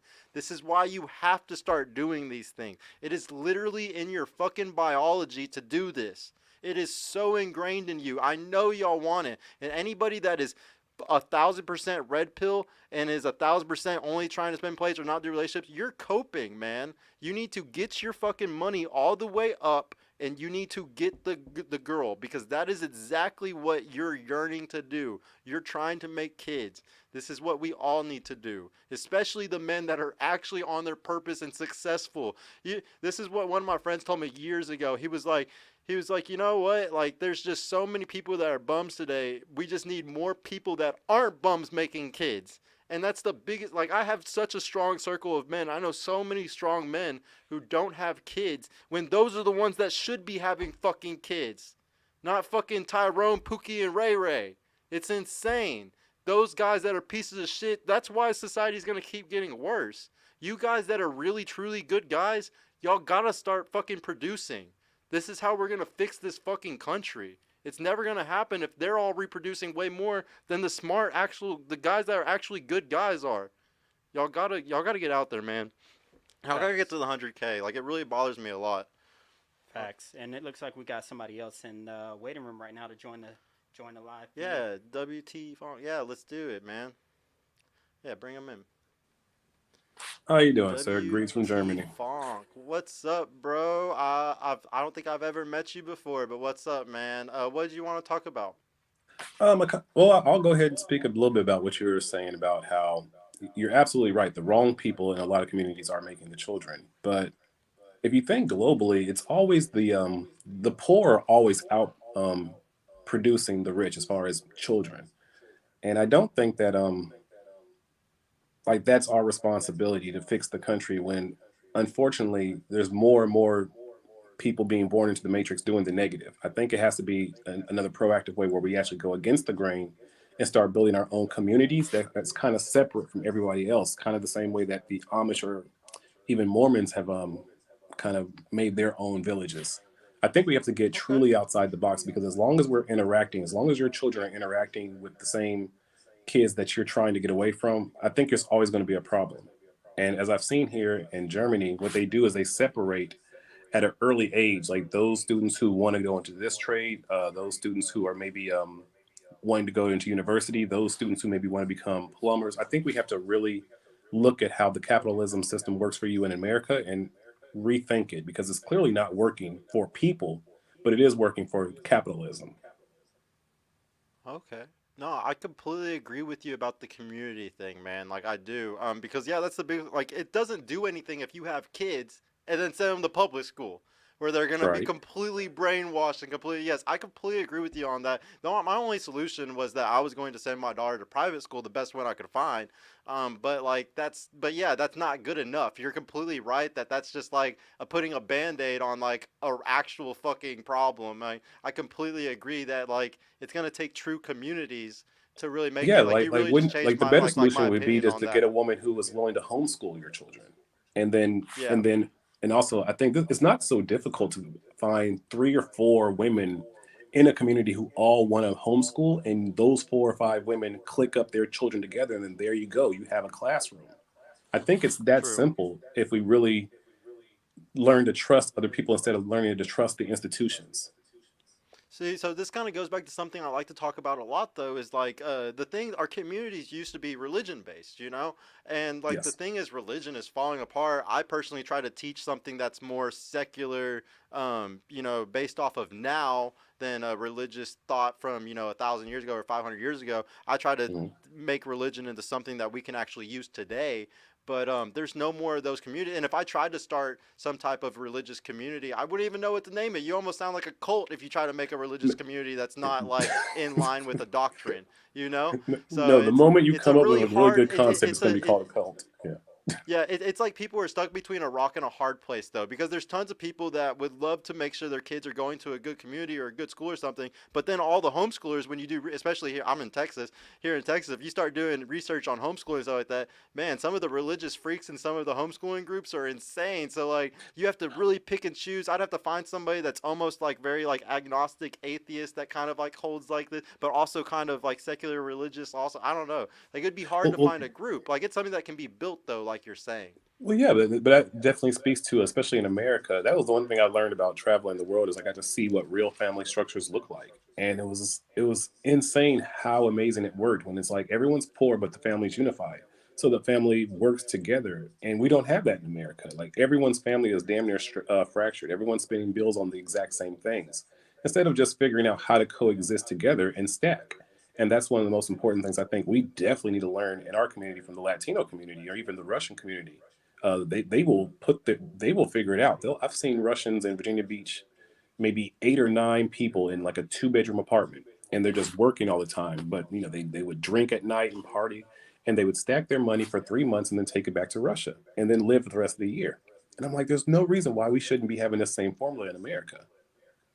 Yeah, yeah. I mean, our culture here is fucking destroyed. I mean, you know it better than anybody. Yeah, like our culture here doesn't promote any of those things at all. It promotes individualism, capitalism, just what's in it for me, what like selfishness, narcissism. We got every like it's one of those things where we're the greatest country in the world. I truly believe that, but we're also the worst country in the fucking world at some things. Like we got a lot going for us, but there's whatever a lot of positives come, there's always tons of negatives that come with it. If we can have all the money and be the richest company and be the police officers of the world, but there's some negatives that come with that shit. Well, I use the analogy that America is like that really popular football player in high school, or the really popular rich cheerleader girl. Like they're really bad people, but they throw the best parties. Everyone wants to be liked by them, Yeah, but deep down, they're bad for your soul. Like if they actually yeah. like you, you're probably doing the wrong things in life, and that's kind of what I say about America. It's No, it's fun, it's popular, it's gonna be a great time, but it's taking you down a path of something you probably don't want to be in. no, I completely agree with you, man. Now I you're did real have smart one guy. You question said for you're in you because Germany. you said you had a lot of guy friends who you think should be having the children, right? Yeah. What is their biggest fear about having children? Is it pretty much the penalties that come with alimony and divorce and all like child support? Because globally, I think Americans have a lot more father rights outside of America. Same thing happened for me in Germany. I have more father rights than most Germans actually. And for some reason, Americans globally, you'll damn near get 50-50 custody without even having to fight for it. But for some reason in Yeah. America, it's something you have to pay for. So would you suggest that maybe those men start thinking outside the box and maybe thinking about procreating outside the country? So I'm a I know all about passport bros and all that. The only reason why I'm personally against it is because, like I already told you, I really do love America, man. As much negatives are here, I love this country. I want to raise a kid here.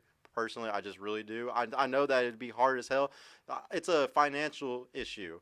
If you're going to have kids here, I think you need to have the right amount of money to truly raise them outside of public school, which is extremely hard to do unless you have the right amount of money. It's a Okay. provisioning issue.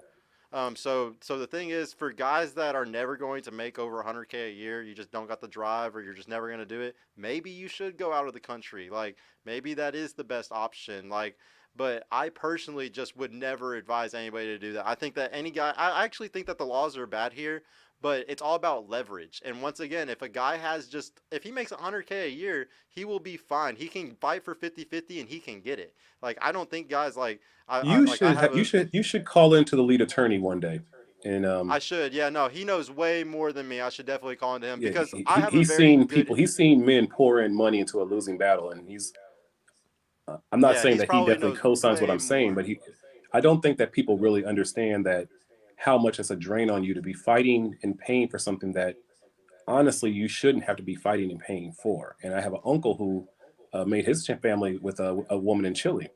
And one of the things he was saying is that it's not just the fact that you're making a baby outside the country, but you're also getting integrated into an actual family structure. And as a black man, when he was from Oklahoma, he's like, he didn't see that. Now he has a situation where he's going to be taken care of in his old age. He doesn't have to worry about being put into a nursing home. Like he knows for a fact that he's going to be set for life in this situation. And he just he's a pilot and going back and forth. And he said it was one of the greatest decisions he made because he's now putting real stock into what's going to happen to him in his 80s and 90s. Mm-hmm. No, like the big thing is I think I have a very biased point of view when it comes to the kid stuff because I have a very good baby mama, like really good. We don't fight about things we're very equal. So I have a very good situation. So anytime I talk about the kid stuff, I'm coming from too good of a point of view. I'm coming so like I need to watch The Lead Attorney way more to see what guys are actually experiencing. But from what I've learned and the guys that like I have a ton of guys that are baby daddies that are in my friend group, like at least 5 or 6. And one of them taught me a long time ago. He said judges here in Texas will give you 50-50 if you fight for it. And like he was right. I've coached plenty of guys around here to go and fight for 50-50, and they all got it because the baby mamas went in there talking stupid, thinking that they're going to get money. And then next thing you know, the judge is like, no, he wants to spend time with his kids. We're going to give him his fucking time with his kids. Like, you're crazy, bitch, that you want this money. We're going to give this guy, he wants to spend time with his kids. You're fighting for money. He's fighting for time. They give it to the dad every time that I've seen it. You know, I've like with a handful of my friends, about 4 or 5 of my friends have had this issue. And I learned this years ago because I had a lot of friends paying child support and losing bad. They would lose their job, still paying child support after losing their job and shit. And I had to teach them how to go and fight that shit and how to fucking make it fair again. Because the biggest issue is that baby mamas are really smart. They have other baby mama friends, and what they do is they all get together and they know, oh, we can manipulate him and we can tell him, oh, that'll never happen. You're never going to get these kids. You're never going to get 50-50. And they sit there and they spew all this bullshit to them. And then you think they do it like at a baby shower? Like when they're about to break up, they have like a baby shower where it's like, okay, how are we going to get this? Like, do you think they have like a powwow? And like, okay, this is what I went through, girl. This is what you got to do. Like, I truly believe they have a secret meeting like after a breakup and think like how to destroy this guy, you know? Well, it's not even destroyed. They just want to leverage, man. I think all women are looking for provisioning. And after a breakup with a kid, they're looking for money. They need that provisioning for their kid. And they're going to do it the best. But we have a whole, see, like my dad, like he was the type of dad where when my parents divorced, he paid his child support. I saw him every other weekend and once a week. And that was it. And he was that enough for you? I remember, what? Was that enough for you?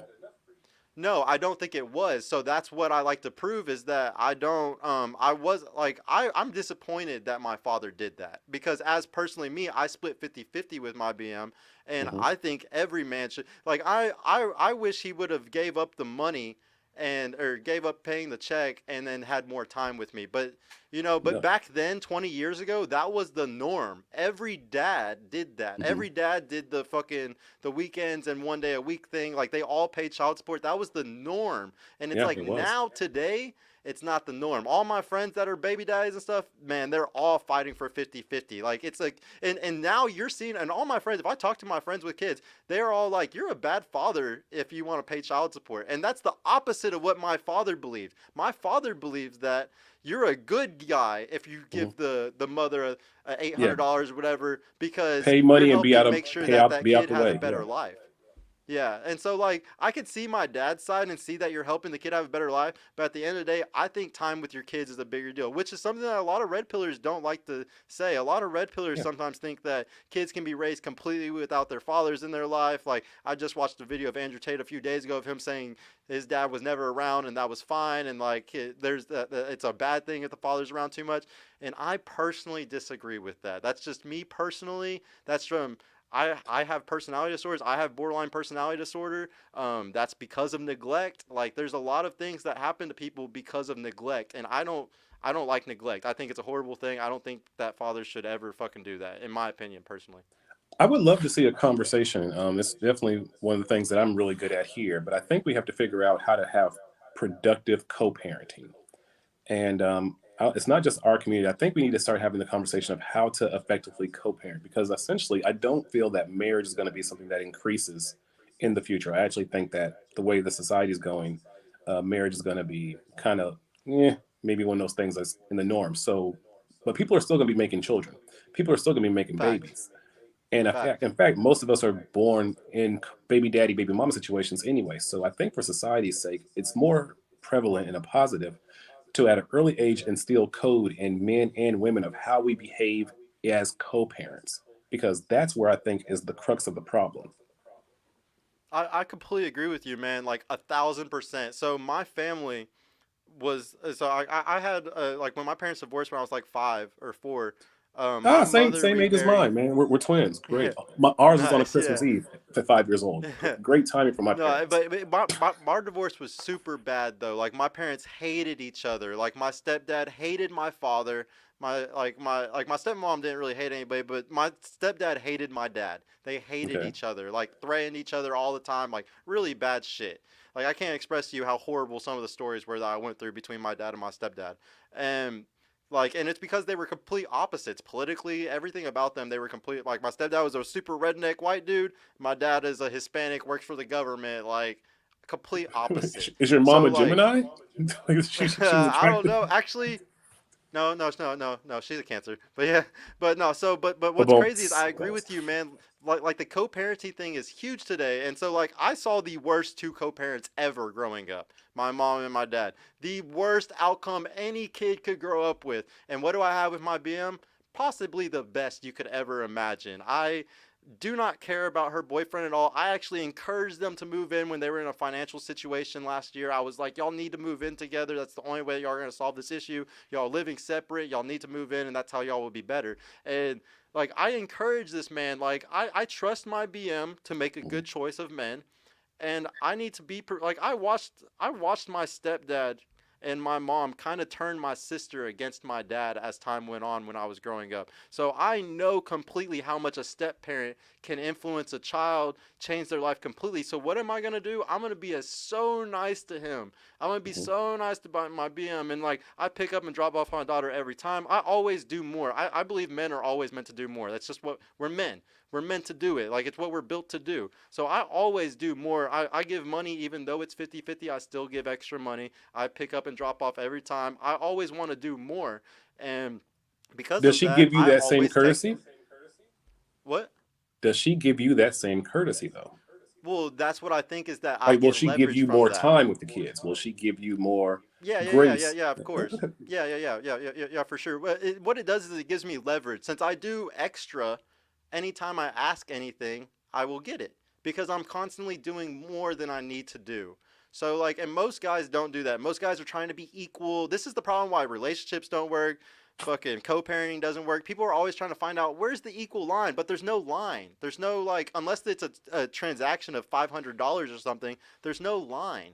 And like everybody's always arguing over what's fair. Should you do this? Should I do this? You know, what's truly fair? There's always a argument and a space between that, and nobody can agree what is truly fair. So I just always go above and beyond better. So I always know what's fair. I always know that I'm already leveraged into so anything that I'm doing it's out of a favor. It's, you know, it's just it's being extra, I guess you could say. I don't know. It's just so I have leverage. I always know that I don't have to worry about anything. But like I was saying with the co-parenting thing, I really want to teach guys that more than anything because like you're saying, we're going to have more co-parents than ever over the next. So people need to get really good at starting relationships, being good co-parents, you know, Mhm. being good. The biggest thing is jealousy. And I think guys are jealous when they're co-parents because they're a bad father. If you were like my dad would have never been jealous of my Hmm. stepdad if he was always there, if he was spending time with us, and if he was also an amazing father. I would never like I'm never gonna be insecure about my BM's boyfriend because I know how amazing of a father I am. I know how good I am with my daughter. I know how much time I spend with her, and I know that in the future she's gonna recognize all of that. Now, if I was a shitty dad and I was working all the time or I Mhm. never spent time with her, I would be super insecure and I Yeah. would be like, oh man, my daughter's not gonna love me. And yeah, she probably isn't. She's gonna love the other guy that spent more time with her. And that's just the fact. If you don't want to be insecure about another guy in your daughter's life, you should probably be more in her life. It's that Yes. simple. No, you're absolutely correct. And that's one of the funniest things. When my ex got a boyfriend, like she was like, "Do you have a problem?" I'm like, no, because I know you. I know your temper. I know that you're a better woman when somebody else is there to balance you and your temper, and that's better for my children. So I have my children 50-50, but I'm not going to be upset or like if you have another guy, like your boyfriend who's, I'm happy you have a boyfriend because that means now you're going to be a better mother. And that means you're a better Yes. mother for my children. And I don't want my children to have to deal with this. Hey, when you're stressed out and have like a shitty day, I want you to have a boyfriend who's in the house that can help you. So I Yeah. trust you in that, but I don't think a lot of, sorry, it's middle of the night here.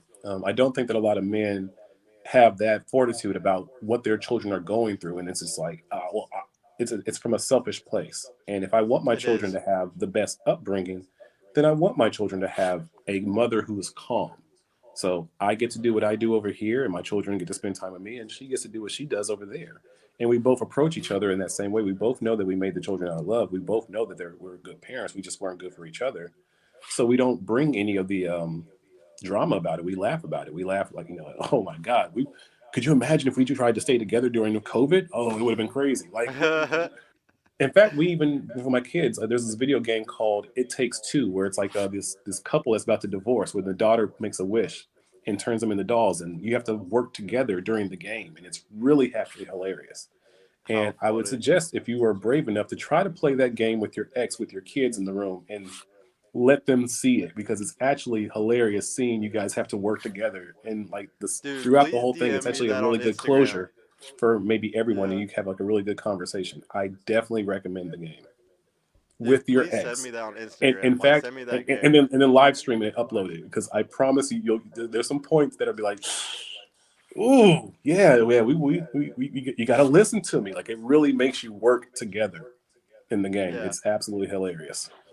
I think the hardest thing though is like the reason why this is always a hard situation is because the guys love the girl that they had the baby with, or the girl loves the guy that they had the baby with. So like I could say personally, I don't think me and my BM loved each other. If we did, it wasn't that much because it was literally like the first time we had sex, she got knocked up. So it was Oh, a super she's rare Mexican. thing, So she was huh? Mexican. So she was Yeah, Mexican. she was. Sorry. Yeah, she was Mexican, 1,000%. But Hey yeah, man, I you gotta mean, be so like, if you wink at a Mexican woman, she might get pregnant. My uncle's told us, he's like, stay away, stay away, stay away. They are fertile. yeah, They are no, like fertile it women. was that quick. But I'm really thankful it happened that way because there was no attachment built. There was no Okay. animosity. It ended so fucking nice and easy, and it was just like the most like cool. That's why co-parenting is easy because her boyfriend doesn't gotta worry about us ever hooking up again. Like it's Yeah. easy, man. Like we're not into each other like that. Do you think that it's actually easier to be a father in a co-parenting situation versus trying to be a father with the woman in the house? Because I think it actually is. Man, that's a really hard question because I actually kind of agree with you. I think I don't know why though. I think it's based on the woman. Like, if my BM was a good woman, I might have stayed with her, but she did not match me at all. She's Hmm. not even close to my girl that I have right now when it comes to like what she brings to the table and what she does for me. Like, not even literally, not even half, not even close. Like, probably like my girlfriend right now is probably 90% better. Like, it's Is your insane girlfriend in how the room much right better. now, sir? No, she's not actually. Okay, I'm just making sure. Yeah, yeah, no, Sorry, no, go I'm not. ahead. I'm not talking her up just for that. I will Okay, always be honest about my girl. I found a unicorn. I got very lucky, and okay, like, but that's why I tell guys they got to talk to 10,000 girls because I've definitely talked to way more than 10,000 girls for me to yeah. find my unicorn. All right. Hey, like I said, So I got a well, by question the way, for which you. state are you in? You said you're in Texas, correct? Yeah, yeah, yeah. We're in Texas. I've always had this thing where it's like I thought it would be hilarious or even great content to have. There's so many black universities and like small universities in Oklahoma. I'm actually from Langston, Oklahoma, where there's a small black college there called Langston University. And I think the next wave for this space is like we have to start having these kind of conversations in a college style setting and start speaking at the grassroots of feminism, which is being taught at these schools, and challenging it. And I don't think that you'd have a problem because it's a school of education, so therefore it should be a school of debate and a school of challenging thought. And I just thought it would be amazing to see people being willing to either go to universities or even churches and start having conversations with some of the deacons, some of the pastors, some of the grassroots peoples on those universities that are pushing some of the things that I think that are against what we were trying to say here in this space. Bro, that is actually really fucking smart, and I'm so happy you came in here and said that. This is why we do these type of shows, man, because you need to be able to learn Get and outside grow the from other box. people around the world. That was an amazing subject, bro. Like, I'm down to ride with what you just said and go do all of that. Like, I'm literally gonna try to go talk to people in the church, and I'm gonna go try to talk to people at the university, because you're 1,000% right. Destiny did something like this where he went and did like a live show, or like he did like a recording, like just sitting there at the college campus, and I think that's something that needs to be done a lot more. Like, Yeah, yeah, like you're right. Like, there needs to be way more people doing that, but talking for red pill. You know, yeah. just going and speaking Because red it's a pill safe thoughts. space to do it on a panel. It's a safe, and I think that's why just Pearly Things has blown up so much, is because she's willing to have the conversations in real time with people, with women and men, and I think that's what men want to see in this space.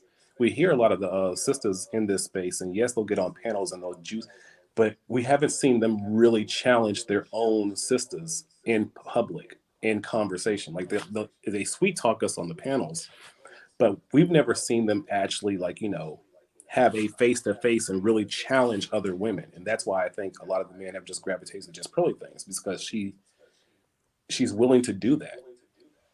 Dude, that's facts, man. Hey, before we let you go, because we have some others waiting to join the show, I want to go back to one of your earlier questions. You had asked Sergio about his thoughts about men going overseas to start a family. You know, Yes. what is your personal thoughts on the green pill or passport bro movement? I think it's smart. I mean, I've been here in Germany for 8 years. I have 2 children. Like I said, I got 50-50 custody without having to fight for it. The socialism system is absolutely amazing. Education is free. Hospitals are free. My money's not going to get affected. When I broke up with my ex, I got to keep my money. I'm essentially retired at 40. Um, but I think that big picture, it just makes sense if you really want to make sure you have autonomy over your own legacy. And everyone speaks about legacy in America, but you don't have a legacy when your children get taken away. And you don't really have a legacy if you're not seeing your children 5 days that week. Like if you're being a weekend dad, that's not your legacy. That's that woman's legacy now. So if you want to make Yes. sure you have real autonomy over your children, and you want to make sure that you put yourself in a situation where you're taken care of in old age, I think it makes sense to do that overseas, because I've seen what happens in nursing homes. I've worked in a nursing home. I'm not being put in no nursing home. And I think that when you start to think outside the box and really look at some of these third world countries that actually can benefit you, think places like Thailand, places like Chile, places like Vietnam, like the money transfers over there so amazingly, you can put yourself in a great situation and just live life versus living the rat race in America. And I have no smoke for the rat race in America, but I think it's like Office Space, the movie. Sometimes you gotta just stop playing the game. Yeah. No, so like the big thing is that I really agree with you on like all of that. Like, I really think that guys should go if you're if you don't like the rat race, as you're saying, because that's it. If you're gonna be in America, it's a huge competition. You better be prepared to compete in every aspect of society. Like, and if you're not competitor, or you don't want to do that, then I wouldn't do it. Shout out to Destiny. One of the things that he said was that he wouldn't move because he was talking about the taxes and stuff like that, or like the benefits, because he has a whole wife that's from one of the Not a Norwegian whole, countries, not a and whole wife. yeah. Okay. Oh, I mean, yeah, I guess you're right. I can't say she's a whole wife. But yeah, so he could move over there, and one of the reasons why he said he would is because, like, you'd pay 50% in taxes and you'd have all those benefits, but then you're stuck with Europeans every day. So just me that is one of the personally, like, that is one of the that's the trade-offs. only thing. Yes. All right. That's the only thing. But bro, thank you so much for pulling No, up, thanks for bro, your and just time, coming man. out on the show, man. We Hey, you guys are appreciate you so doing much. I great. really hope you You're come doing next great time. conversations. Keep bringing it up. Keep clipping it. You guys are going to blow up in due time. Like I said, you guys' conversations are easy to digest and just sit back and watch. Thank you, Appreciate it. Thank you. bro. Thank you so much for your support, man. We'll definitely see you again on here. All right. All Thank right, you. man. Peace out. All right. We got a new viewer as well. There we go. What's up? We got Hey, Lomax on. What is up, bro? what's Let going us on? just give us an introduction on who you are and where you're at and stuff. What's up, man? Yeah, Chris Lomax, my name. I'm out here in Houston. My boy Rod Shepard put me on. Known him since 2006, 2007. So we got a connection. So he was like, man, you'll relate totally to this topic. Hell yeah, bro. That's what's up. Do you have any questions? Do you know about Purple Pill, or what's your opinion on Purple versus Red? This is actually my second time seeing it. He sent me a few links before, so I haven't just watched it in depth, but I'm starting to get acquainted with it little by little. Okay. Would you consider yourself Red Pill? I ain't looked into all that deep that yet. You haven't looked into any of it. Are you Nah, in a not yet. relationship right now? Yes, I am. How long have you been with her? Oh, it's been a year. It's been a year. Yeah, Okay, we so still like, fresh. so like one of the cool things about being a guy that doesn't know about red pill and being in a relationship, you don't have no worries. Because one of the big jokes with guys that are red pill or purple pill is that, I mean, like AMS was gonna say it in the video that we were about to watch. He brings up at one point that it's actually horrible being purple pill because you're extremely paranoid. You know so much about women. You know so much about their true nature. You're gonna be insecure. You're gonna Yeah, be controlling and not wanting them doing a lot of stuff because you know that they could cheat at any point. They yeah. could be hypergamous at any point, which means that they can like go to a better guy. Like hypergamy can kick in, and they might go to a better man, at any moment. But as a guy like you that doesn't know about red pill, does it feel freeing that like you don't have to worry about those kind of things, or do you like still kind of worry about your girl cheating or hypergamy? Like, are you ever scared of her upgrading from you, like trying to find a better guy or anything like that, or is this just something that's kind of out of sight, out of mind because you don't even know about red pill? Well, no, I don't have to worry about that because the type of personality she has. I mean, hell, it took me a hard time just to get to know her my damn self. So it's like, I don't, how I treat her, it's like I value her, you know what I'm saying? So I value because I also have a daughter. So I want to show my daughter the example of a Is your woman being daughter with treated her? correctly. What's that? Is your daughter with her, with the same lady? No, she's basically stepmom. Okay. So, but And she treats her just like one of her own. So it's nothing different. okay, that's nice, dude. But Yeah. no, so like you said that she's like like you don't worry about anything like that. Do you feel like you don't worry about like her ever leaving or anything because it looks like you're a gym guy, so you definitely take care of yourself. Like, do you have a lot of confidence and like that kind of keeps you from worrying about it? Because I mean, you're not that. It's hard to replace you because you're such a good guy. Or do you feel like it's her loyalty that makes it to where you're not worried about her ever replacing you? It's a combination of both because I see the loyalty that she provides, and I provide the same thing back. And it's like I said, it's the treatment that I do. I don't treat her as she's just some scrub off the street. I treat her as she's a queen, just like my daughter. Same type of treatment. Opening doors, food, getting up 3 o'clock in the morning, or get medication if she's feeling bad. It's just making her feel like she's wanted, making her feel valued. So that way she don't have to go out in the streets to look for nobody else because she getting everything she need at home. Okay. And like Fonk just brought up in the chat, how is your co-parenting situation? Is it a really healthy one, or would you say it's not? Man, mine started out really rough. Um, I was with the mom before my daughter was born, but then after she was born, we split. And I think that one of the biggest things that I went through was the child custody situation. And that was a battle by itself because I'm in Texas. Texas is majority of a woman's state. So they're going to be leaning towards the mom regardless until dad can prove exactly why the daughter or the son doesn't need to be with the mom. So a lot of people don't understand like the heartache that puts a man through, the stress it puts a man through, not even just mentally, but physically, monetarily wise. And it's a lot that we go through. People don't really have an aspect looking outside in until you're actually in those shoes. So I it agree. definitely started off rough, but we had our ups and downs like roller coasters. And it's not an easy field to go through, especially if you don't know what to do with the law. You're really gonna be screwed over. Did you go and fight for 50-50? I got what's called a modified order, and I got that granted through the judge. And what that is modified visitation. I could do a whole thing to school with a lot of guys, and I can help a lot of people right now. I don't know how much time I have, but I'm gonna try to sum it up as quick as I can. Yeah. But a lot of guys, if y'all fighting for custody, if you have an attorney, always ask for modified visitation. And what that is, just a quick example of mine is like on certain weeks, I have my daughter Thursdays from pick up from school through Monday morning. And then, of course, it's the first, third, and the fifth weekend is a standard visitation. But when the summertime comes, she's with me for the entire month of July going into August, her birthday month. And so just like a spring break, Christmas, all that stuff rotates. So you can go one holiday there, one holiday here. Then I get her for her birthday. We split time half the day. It has to be half the day. It's part of the order. Um, As far as like if modified also, if she moves per the order, if she moves to a different area of whatever the city that we're in, she has to also then drop the daughter off, pick the daughter up, or the son pick the son up. You know, so I said modified. A lot of guys, yeah, I need to ask for modified visitation. So you can change it up if you Yes, so need to. you, Is that you what could modified actually is? fight for what you want, you know, when you go to court, and you could tell them like, hey, well, no, and she lives 100 miles away. She used to meet me 50. You know, that's what modified does. If you don't do modified, they're gonna screw you. You're gonna be driving 1,000 miles in a week to go get your kid, you know, back and forth to school there, pick up here, or you get to see them once or twice a month, and it's like, how's that fair? You know, but Yeah. modified, No, it makes it modified would really change hard. a lot of people's lives. It changed mine. All I can say.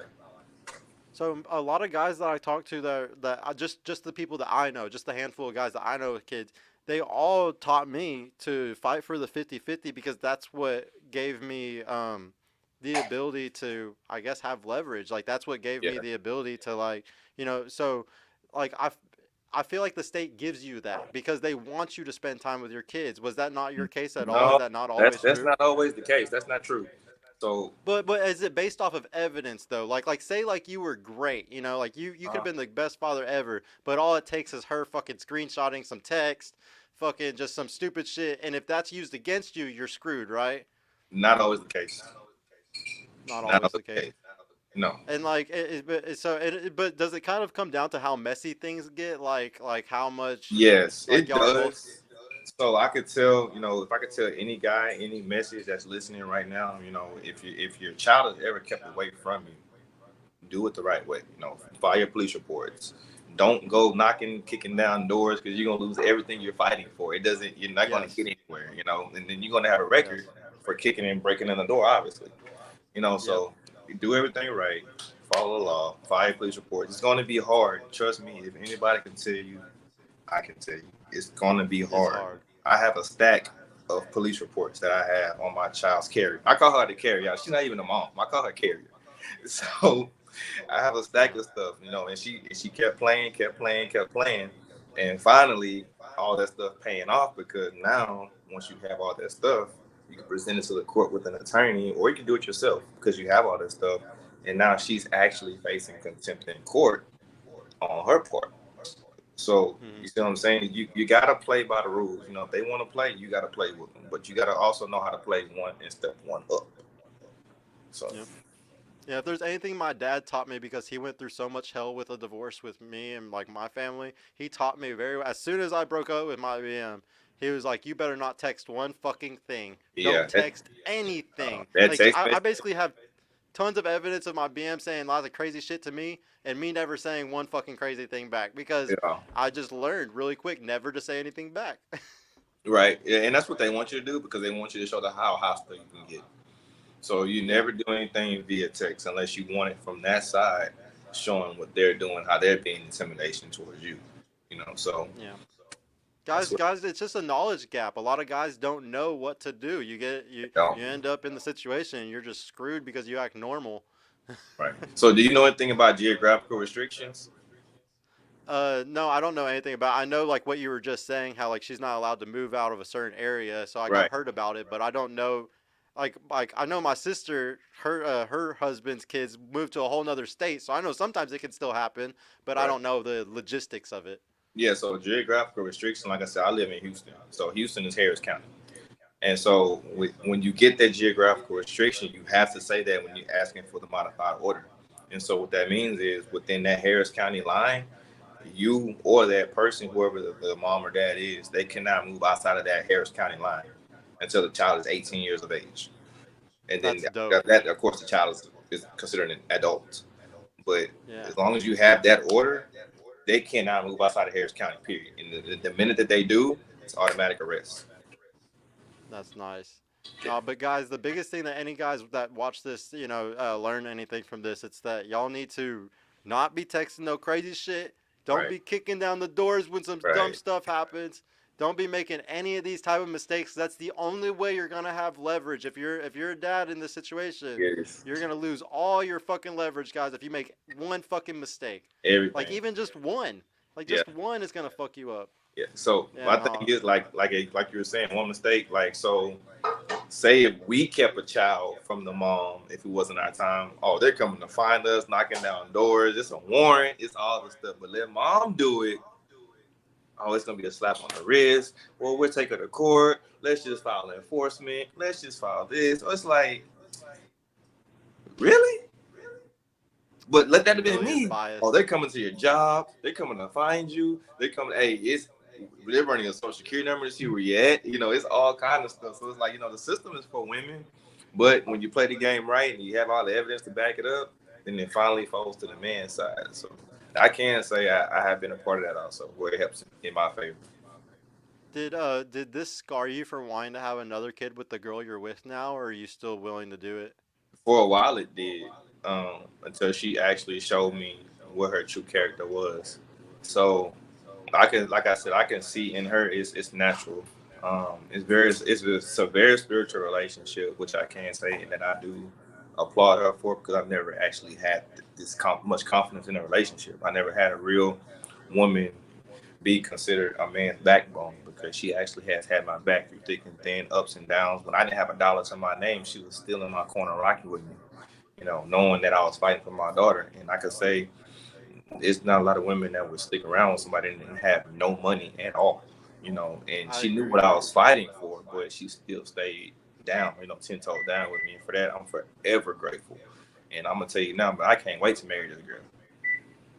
That's good, dude. It sounds like she has burning, genuine desire for you, which is something that we preach a lot in the red pill community, that you should not be with women if they don't have burning, genuine desire. Like, truly, really loves you in that way. And that's another thing that PurplePill, that like AMS talks about on PurplePill. If she's not willing to ride with you when you are broke or some bad shit's happening, she is not worth staying with at all. So the fact that you just said that definitely seals the deal that she's definitely a keeper for sure, man. She's a unicorn. Because honestly, bro, you like, I tell guys on this thing all the time, you gotta talk to 10,000 girls to find one of those unicorns. So shout out to you, bro. You probably didn't have to even talk to 10,000 and you still found one. So shout out to you. No.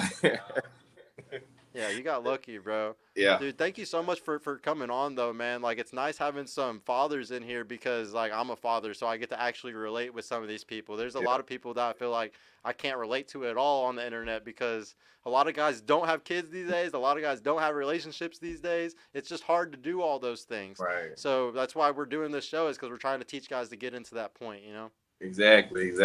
So like I said, it's just a whole breakdown, man. I can give guys. I've helped a lot of men in my years. My daughter's 7 now, and I got school from my god brother, you know, how to do every single thing, because he's been through it with 2 girls. So if I can help anybody I can, man, I definitely will. And I also have a YouTube channel and kind of TikTok famous. I got 30,000 followers, so you know. Damn, bro, you're killing it on TikTok. That's good. Here, go ahead and shout your just shout your stuff out really quick. Hey, man, y'all go follow your boy Lomax, Lomax Adventures. Lomax Adventures, guys. Is that your name on everything? Yeah, so for the YouTube channel, Lomax Adventures, and TikTok. Guys, go follow him, man. Thank you so much for pulling up and showing out, bro, and coming and giving us some like a whole type of like blue/purple perspective on everything, man. Hey, no doubt. If you need me again, hey, like I said, I'm willing to do it. Yeah, dude, we'll definitely see you again, probably, bro. All right, man. We're gonna try to do these shows once every few weeks. I appreciate you, man. All right, thank you. No problem, bro. Later. All right, later. Peace. Thank you, Donnie. Let's go ahead and go back to the video. And if anybody else wants to come in, y'all are more than welcome to come in and debate on anything, talk about anything. We're just going to go back to the pros and cons really quick video to finish this one out. That ain't, I don't even worry about it. That's between him and her. But the point is, just seeing when he proposed to her on the beach and shit like that, I'm like, wow, that's cool. I had to, even being a red pill man, I'm like, wow, that's cool. And to see him so happily in love, and she looks like she cares something about the dude or whatever. And so that's what you get when you go purple pill, guys. You get that back. Number 2, not having to deal with a lot of women. As any of you guys over here, as my red pill brothers can attest, dating and being in the dating game, dealing with some of these, a lot of these women are trash. Let me just say, I was going to try to be nice about it and try to find a politically correct way to say it. A lot of women are trash. Most women are trash. Guys, this is about 90% of the reason why I stay purple pill. I really hate dealing with all the trash women. It's literally just a giant game of just filtering just trash, because that is the dating marketplace today for women. It's literally every one of them. Like I said, that's why I gotta talk to 10,000 fucking girls, man. It's all trash out here. You gotta find a unicorn like that guy was just talking about that he found. And like, this is something I like to go back to. I'm gonna do a whiteboard show in the next week or two, and I'm gonna break this down better. But one of the things I like to teach that is that if you're one of these guys that is really heavily in the red pill, or if you're just really good at spinning plates, if you're just a really big player, the really good fucking girls, the unicorns as we're calling, you're not gonna get them.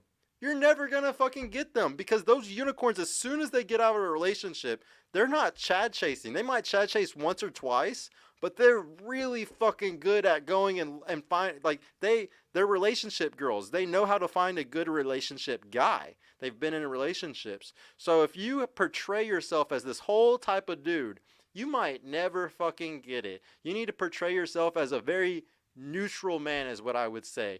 Not acting like you're too big a hoe, but not too big of a pussy either. You need to show that you have women around you, and you need to let pre-selection do its job.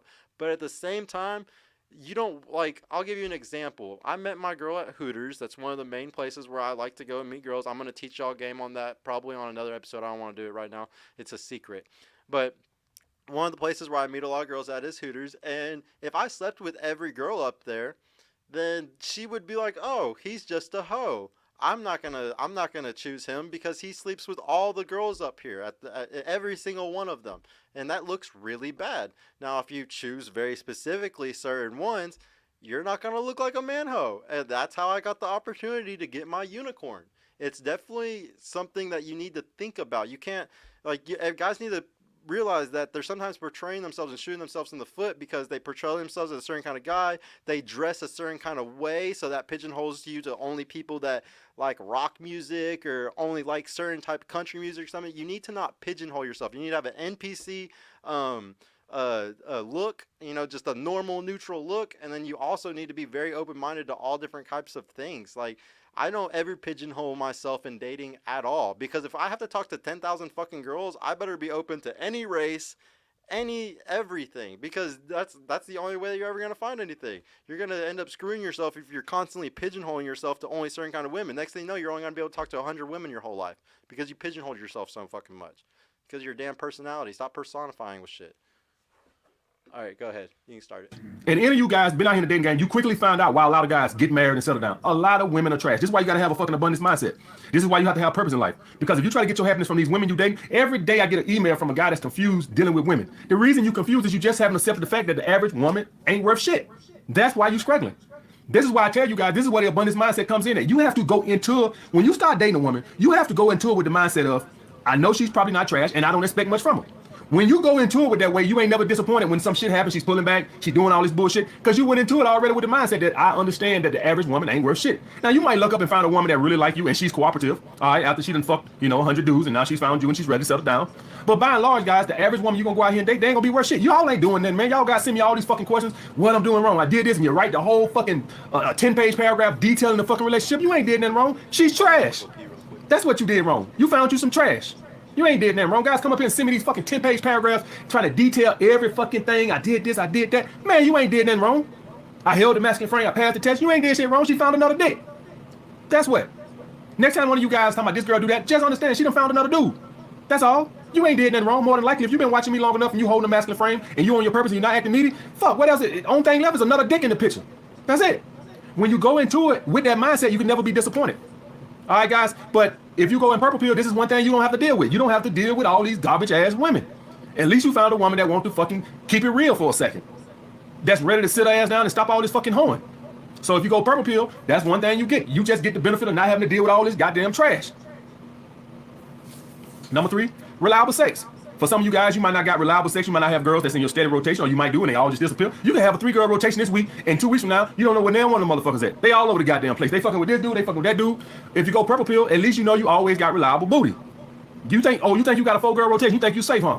Man, these girls all over the place. Man, you'll have 4, 5-girl rotation right now. Look up in 3 weeks and you won't know where damn one of the motherfuckers at. Man, I done seen and done it all. The only way you won't is if you got girls that's in your rotation. But if you just dating and you don't have no type of attachment with these girls and you just dating, man, you'll look up, you won't know what damn one of the motherfuckers at. So at least if you go purple pill, at least you got reliable sex as long as you maintain her attraction. As long as you maintain her attraction, you cool. All right? this is one of the biggest points that I make about Purple Pill, man. It bothers me so much that guys don't understand. You get 10 times more practice at sex. 10 times. Like, you want to actually be good in fucking bed, you have to be in relationships. Yeah, you can fucking practice sex sleeping with a bunch of random girls, but you're never going to really fucking practice. You're going to do some weird kinky shit possibly, but you're never truly going to learn about each one of these girls. A lot of those ladies, I've done this before, a lot of them are fucking girls starfishing. It's a lot of really lame shit. Don't get me wrong. If you do that, if you sleep around, you will find them freaks and you will get to do some freaky stuff. And there are girls that are very experienced, but dude, I swear 90% for me were fucking starfishing or just fucking, you know, trying to just focus on whatever they wanted, you know, which wasn't that much, which wasn't that awesome. So I truly have learned way more about women, learning about every part of a vagina to just everything that pleases them sexually, from spending tons of time with them in different ones and actually learning how to really please them. And for me, I don't want to sit there and spend a shit ton of money taking girls on dates, doing all types of stuff just to get sex from a bunch of random girls. I love the fact that I can have just one girl and I'm going to come home, I'm going to get my sex, and I don't got to worry about any of the bullshit that comes along with it. So if you're one of those guys that you don't want to be spending the money doing all that stuff, man, you really should be focusing on a relationship as much as you can, because that's the only way you're going to get really good at sex, and you're going to have to spend a bunch of time and money trying to get it. It's just so much easier. You can go ahead and start it. Number 4, and this is a big one. This is a big one, because I'm thinking about this one. If I'm a celebrity, avoid false rape accusations. That's a big one these days. Oh, you go out, you have a couple of drinks with a woman, come bring her home, she wake up the next day, I don't know if I should have had sex. I think he raped me. Any of you guys out here dealing with rotations or trying to sleep with a bunch of women, as we can see today, you run the risk of running into this bullshit. You run the risk of getting Tupac, Kobe Bryant, all that bullshit. You run the risk of that when you go out here and you deal with these goddamn girls that don't want to have accountability for their actions, and anything they say can be a rape. You end up finding yourself trying to fight for your life. Look at Sean Roden.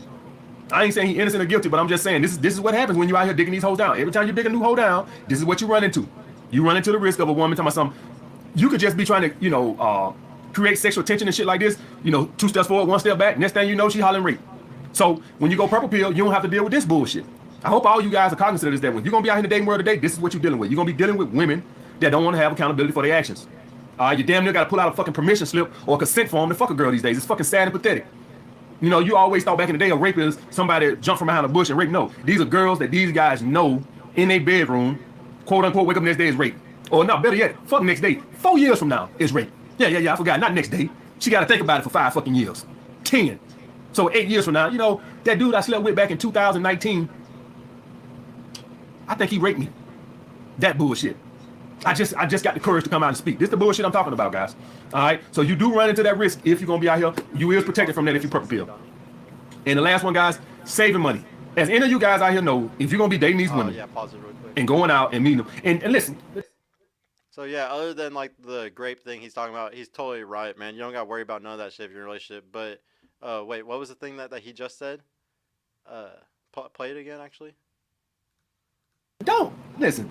Spare me I just had them come over. Okay, Casanova. Who the fuck y'all fooling? Oh, money who? Thing. Yeah. Oh, right, I got it again. So yeah, guys, money is fucking huge. This is actually. Oh, I know I said all these points are the biggest reason why I'm Purple Pill, but this one is truly the fucking reason. I hate spending fucking money. I hate it more than anything. As soon as I can find a girl that really has genuine desire and then also wants to save money like I do, there's nothing fucking better, man. Like, I love my money. I don't want to fucking spend it. If y'all ever want to have a fat savings, I think you need to be in a good relationship, because if you're going out on dates every week, especially 2 or 3 different girls, or like he's about to say, yeah, there might be some girls that you spend no fucking money on, but they're probably fucking ugly. Like any type of girl that just comes over and sleeps with you without you having to fucking do anything, they're horrible. They're either doing that with a bunch of other guys or they're fucking fat. There's always something wrong with those girls. Like, you should not even be fucking taking them seriously. So yeah, unless you're fucking only ugly girls, you have to fucking care about something like this. You need to be fucking in a relationship just so you can save the fucking money. Especially, bro, y'all know how hard it's gonna be for us to retire at 60. Y'all fucking, I've done the math on the show multiple times. You are not gonna be okay at 60 if you don't start saving with your 401k and your IRA now. You have to max it out. How are you maxing that shit out your job right now If you're also taking girls on dates, it's easily spending $200, $300, $400 a month on fucking dates. It's not possible, dude. It's just not. Like, it's, I've never seen it as a financially viable thing. Like, y'all gotta get y'all's income up to a good point. Find you a good girl, because if y'all want to retire at 60, that's the only way it's gonna fucking happen. Like, you might be able to if you do really good, but God, most of the guys that I know that are single have horrible savings, and I know it's because you spend a fuck ton of money when you're single. Like, and this goes back to something I bring up all the time, guys. The powers that be want y'all fucking single. They want y'all this way because you're gonna spend so much fucking money. You're gonna rent. You're gonna go buy more gifts. You're gonna go on vacation. They're gonna make so much more money. The top 1% gets way more money if y'all stay fucking single. Stop going into the game that they want. They're trying to split y'all up. If y'all are together, you save more. You're gonna go buy a fucking house. Like, y'all gotta think about this shit. Your money is literally everything in life. So if you sit there and you just never want relationships, man, don't be mad when you're fucking broke at 60. Seriously, don't fucking be mad about it, because you're the one that wanted to sit there and date for 20 fucking 30 years. You can go ahead and start it. I know what it is. Big booty Brenda. Big booty Brenda in the projects with the purple hair. Oh, I get it. Just get your blunt, call Big Booty Brenda over, and she come over and fuck you for a blunt, and you smoking a blunt with her. Because you ain't doing this with no quality women. I'm telling you that right now. Guys, I've been around the block. Ain't nobody gonna tell me otherwise, unless these are girls in your rotation. But quality women don't do that. I am telling you right fucking now. Quality women don't do that.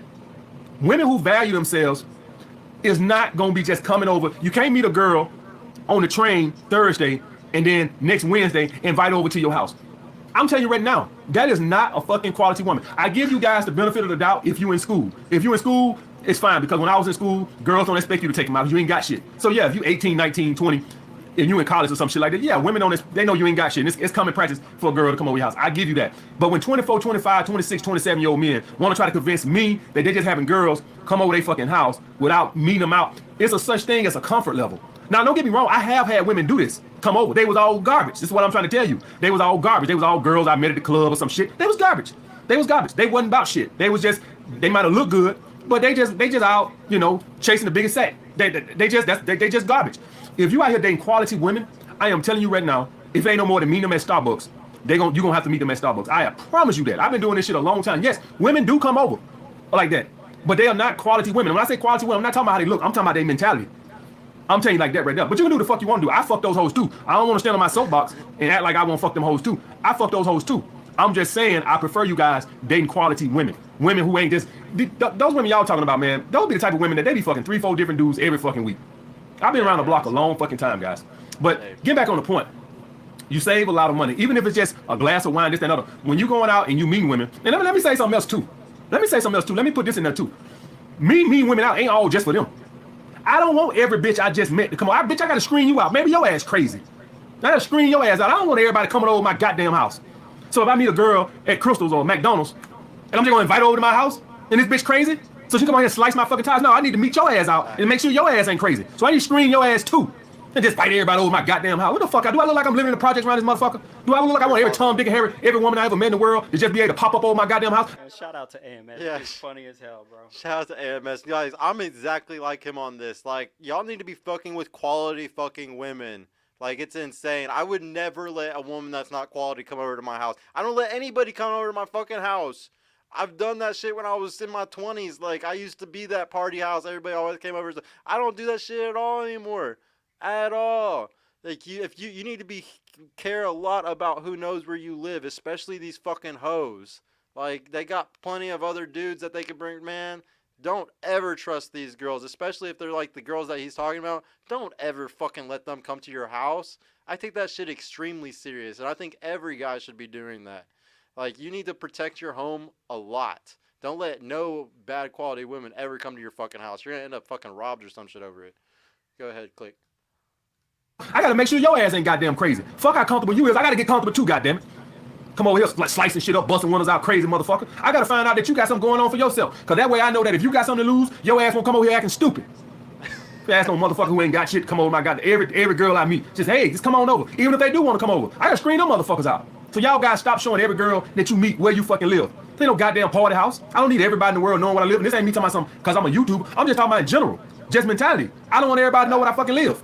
Period. This is my home. This is my palace. This is where I get my peace of mind at. And when I want to shut the world out, only a select few people gonna know where I fucking live. And this has nothing to do with me being on YouTube. This was before YouTube. I always have felt like that.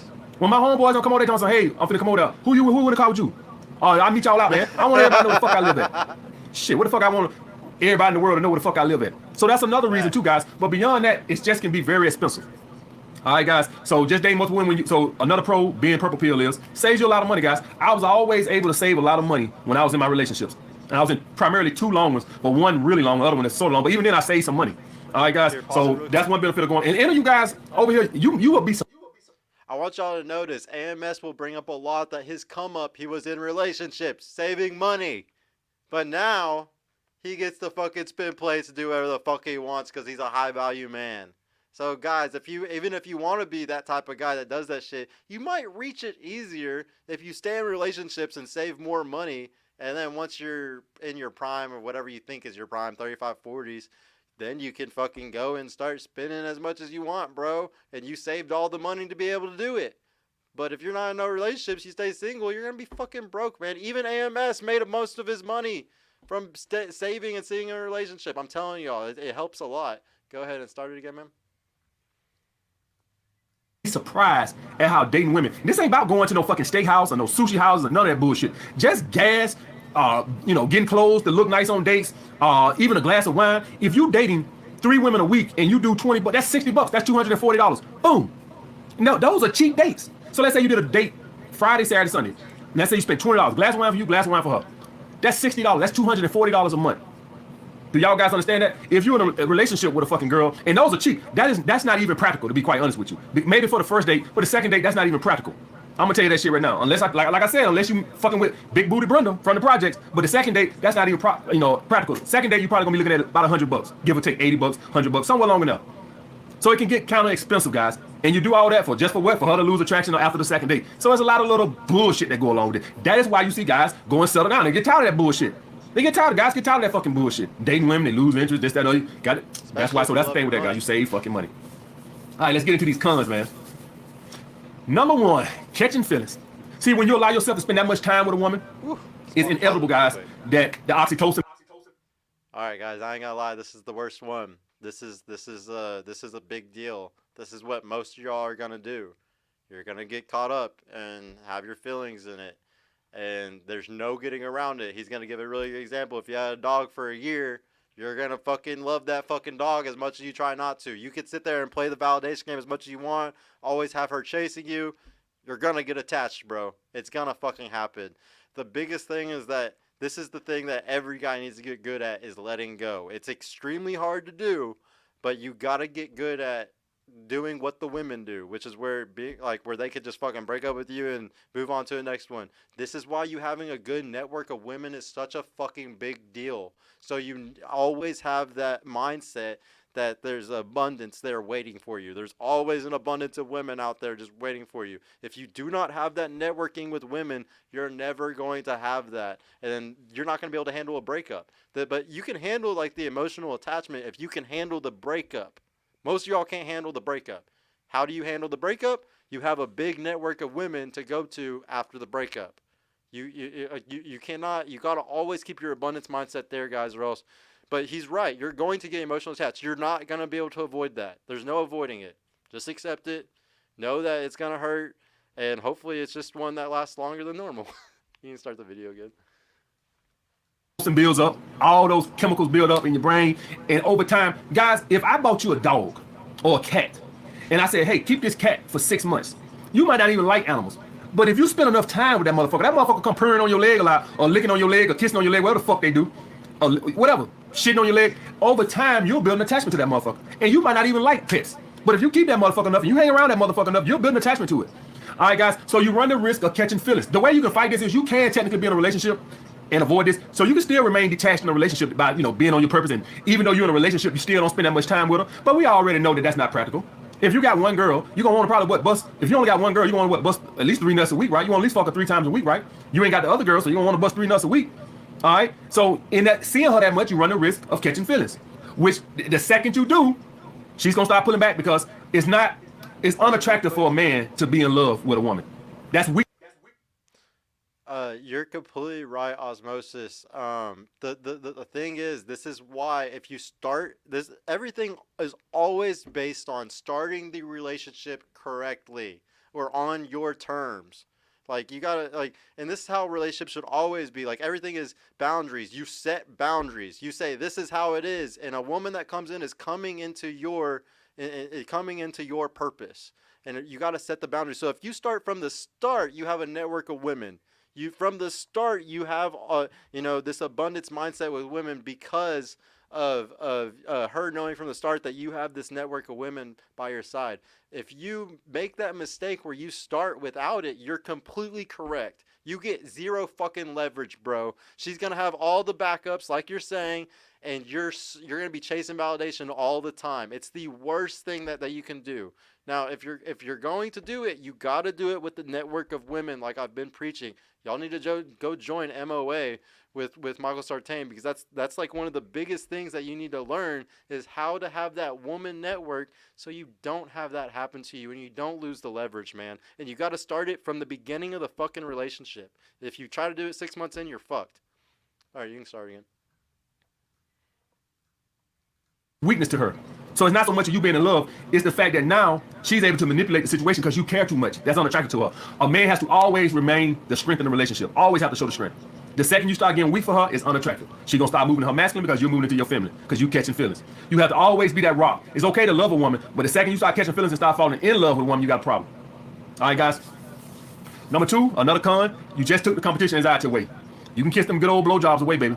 See, now that she's your only source of sex, she ain't got to do that fucking much. Do y'all guys understand that? When you got a girl that's in your rotation, she fighting to stay alive. That's why you getting all those fucking good blowjobs. That's why you getting them goddamn good old meals. That's why she's goddamn acting feminine, remaining. So he's completely right here. Obviously, there's nothing to argue back against. The only thing is I can give tips and say that the more you are on your fucking purpose, the more you are having her chase the validation, you have a chance at still getting those blowjobs. But he is completely right. You're going to get them less. But you definitely can still get them if you're constantly making her chase the validation and you're constantly the one with all the leverage. You got to always have it where she's the one who's very happy to be with you. She's always wanting to please you. You got to be chasing your purpose. You got to constantly be making more money. That shit is all so fucking attractive that it makes them want to do it. Like, I can't express to you how, like, your girl might go through phases where she doesn't do it, but the second you get off your ass and you start moving more and doing more, she might be like, oh, you want me to suck it tonight? You would really be surprised how much you can fuel them based off of you being on your own purpose. It's just about how good you're doing. But he is completely right, though. You're going to get it way less. Like, when I was spinning plates, it was like every fucking time I was getting that shit. And it's because those women were fighting so hard to get taken seriously. They were fighting so hard to get that validation and for you to lock them in, and they thought the fucking blowjob would do it. And, like, yeah, get ready to fucking miss out on that. You're not going to have it all the time anymore. Sorry. And feminine. That's why she's doing it, because she's on her best behavior. The second you get a relationship, oh, I can relax now. You see with these basketball players, motherfucker play like hell. Goddamn, when they get that contract, they gain 10 pounds, 20 pounds. They ain't rushing the quarterback the way they was because you done gave them the goddamn money. So guys, you must understand. This is why incentive jobs are all. This is why you see some jobs do incentive jobs instead of giving contracts, because they know if I give you incentive laden jobs like sales or some shit like that, you can never give a motherfucker sales a salary job. They can never be. You have to, sales is you get rejected too much. The only way you're gonna get a motherfucking sales to get out after those rejections is to incentivize it, because motherfuckers get lazy. You need a motherfucker busting the clock 24/7. That's why sales jobs are mostly commission. You do have some that give you like a little small base salary to keep you from starving, right? Some do that. Some don't even do that. But you do got some jobs that give you a base salary just to fucking keep you from being homeless. But by and large, the larger money is in incentives, because motherfuckers put out when they trying to earn something. So when you give a girl a relationship, now she can kick back, feet up. Like, damn, didn't this motherfucker used to cook all the time? What happened to all those good old meals? All those nice blowjobs. Now you only get it for your birthday. That's what happened when you took the competition out of the way. Number 3, sleeping with the same woman. This is the biggest one with me. Guys, it's unnatural for a man to sleep with the same woman. A lot of you guys don't.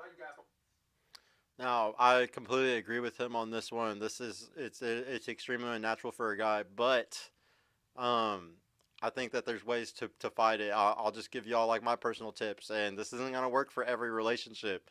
Some women are extremely insecure about some things. I think it's okay for a guy to masturbate every once in a while to some porn or something if they want to see something different.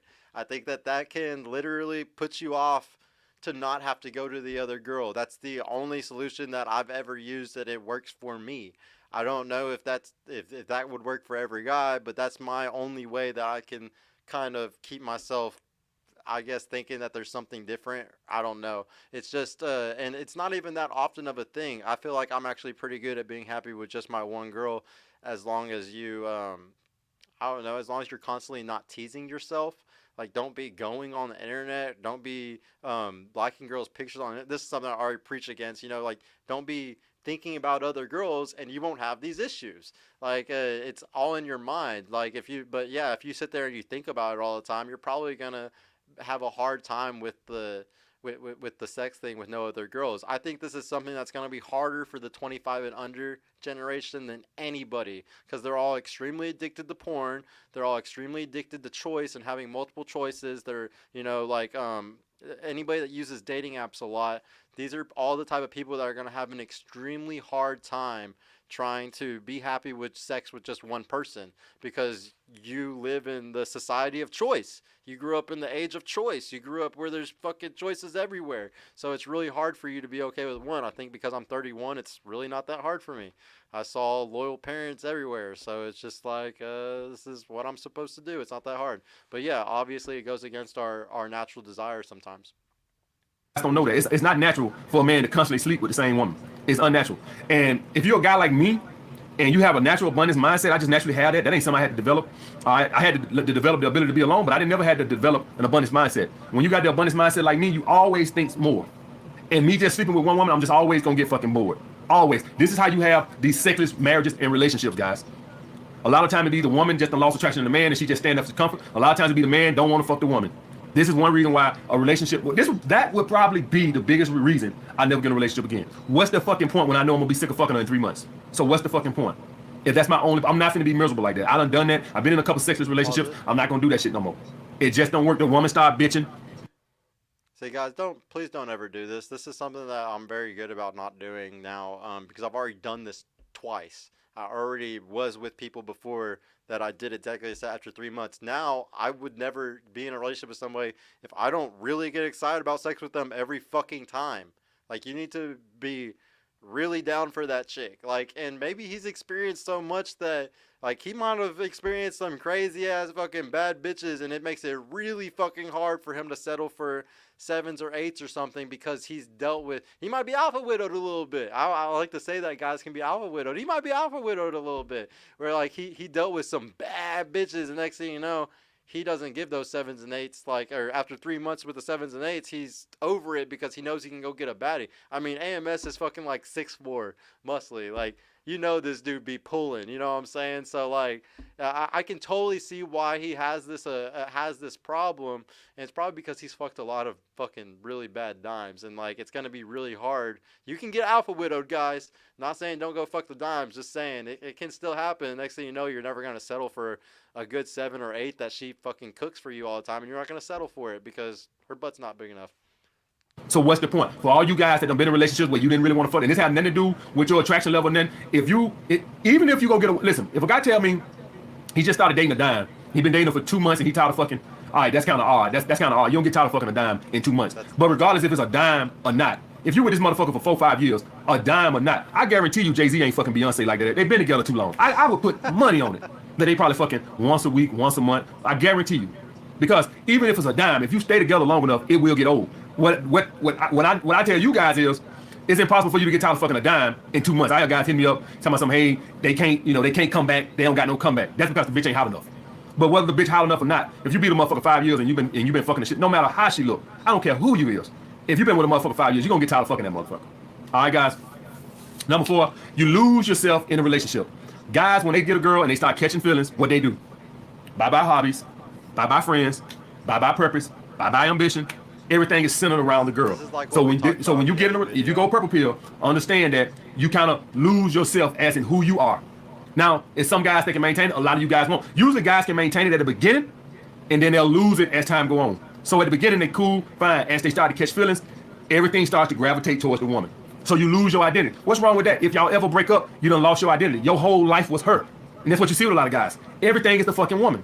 You done lost your whole complete identity. You done lost all your hobbies. Your friends done moved on, or y'all ain't that cool like y'all used to be and all that. Now you single again because she done hypergamy done kicked in and she done found a guy that she got more compatibility with, or he does it for her sexually, or he just make more money than you. Whatever the fuck she values, right? Whatever she values. It ain't all just money. It's whatever she values. And now you back on the dating scene and you don't even have no fucking identity. As before, she was somewhere like filth. You had your hobbies, you had your purpose, you had your friends, and somewhere after the damn dog, she came in about fifth or sixth. And then slowly she started working her way up the goddamn chart to where she was number one and everything else was fucking behind her. And now she's gone and now you fucking lost. So that's a con when you go into a relationship, guys. You start to gravitate towards her and you lose yourself as a person. Number 5, if you're a purple pill guy, one of the biggest cons you're gonna always have is you're gonna have a hard time trusting. You're gonna always have trust issues, insecurities. Because you know female nature. You've been built off. This was one of my favorite parts of this video. So this is actually the biggest negative by far. Every guy is going to do this. There's not one fucking perfect dude out here. If you're red pill, you know too fucking much about female nature. You know way too fucking much. You're going to be insecure.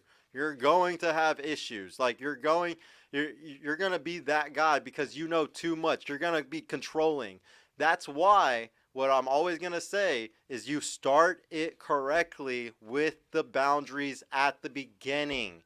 A woman that comes into your life and respects your boundaries, or like in my case, I don't like to go out all the time. I like to save money, chill. I'm a homebody. If I found a woman that was just like that, so it reflects me perfectly. So, but not everybody is going to find that. The big thing is that you just, I don't know, just start it really quick. Off being a fucking blue pill simp.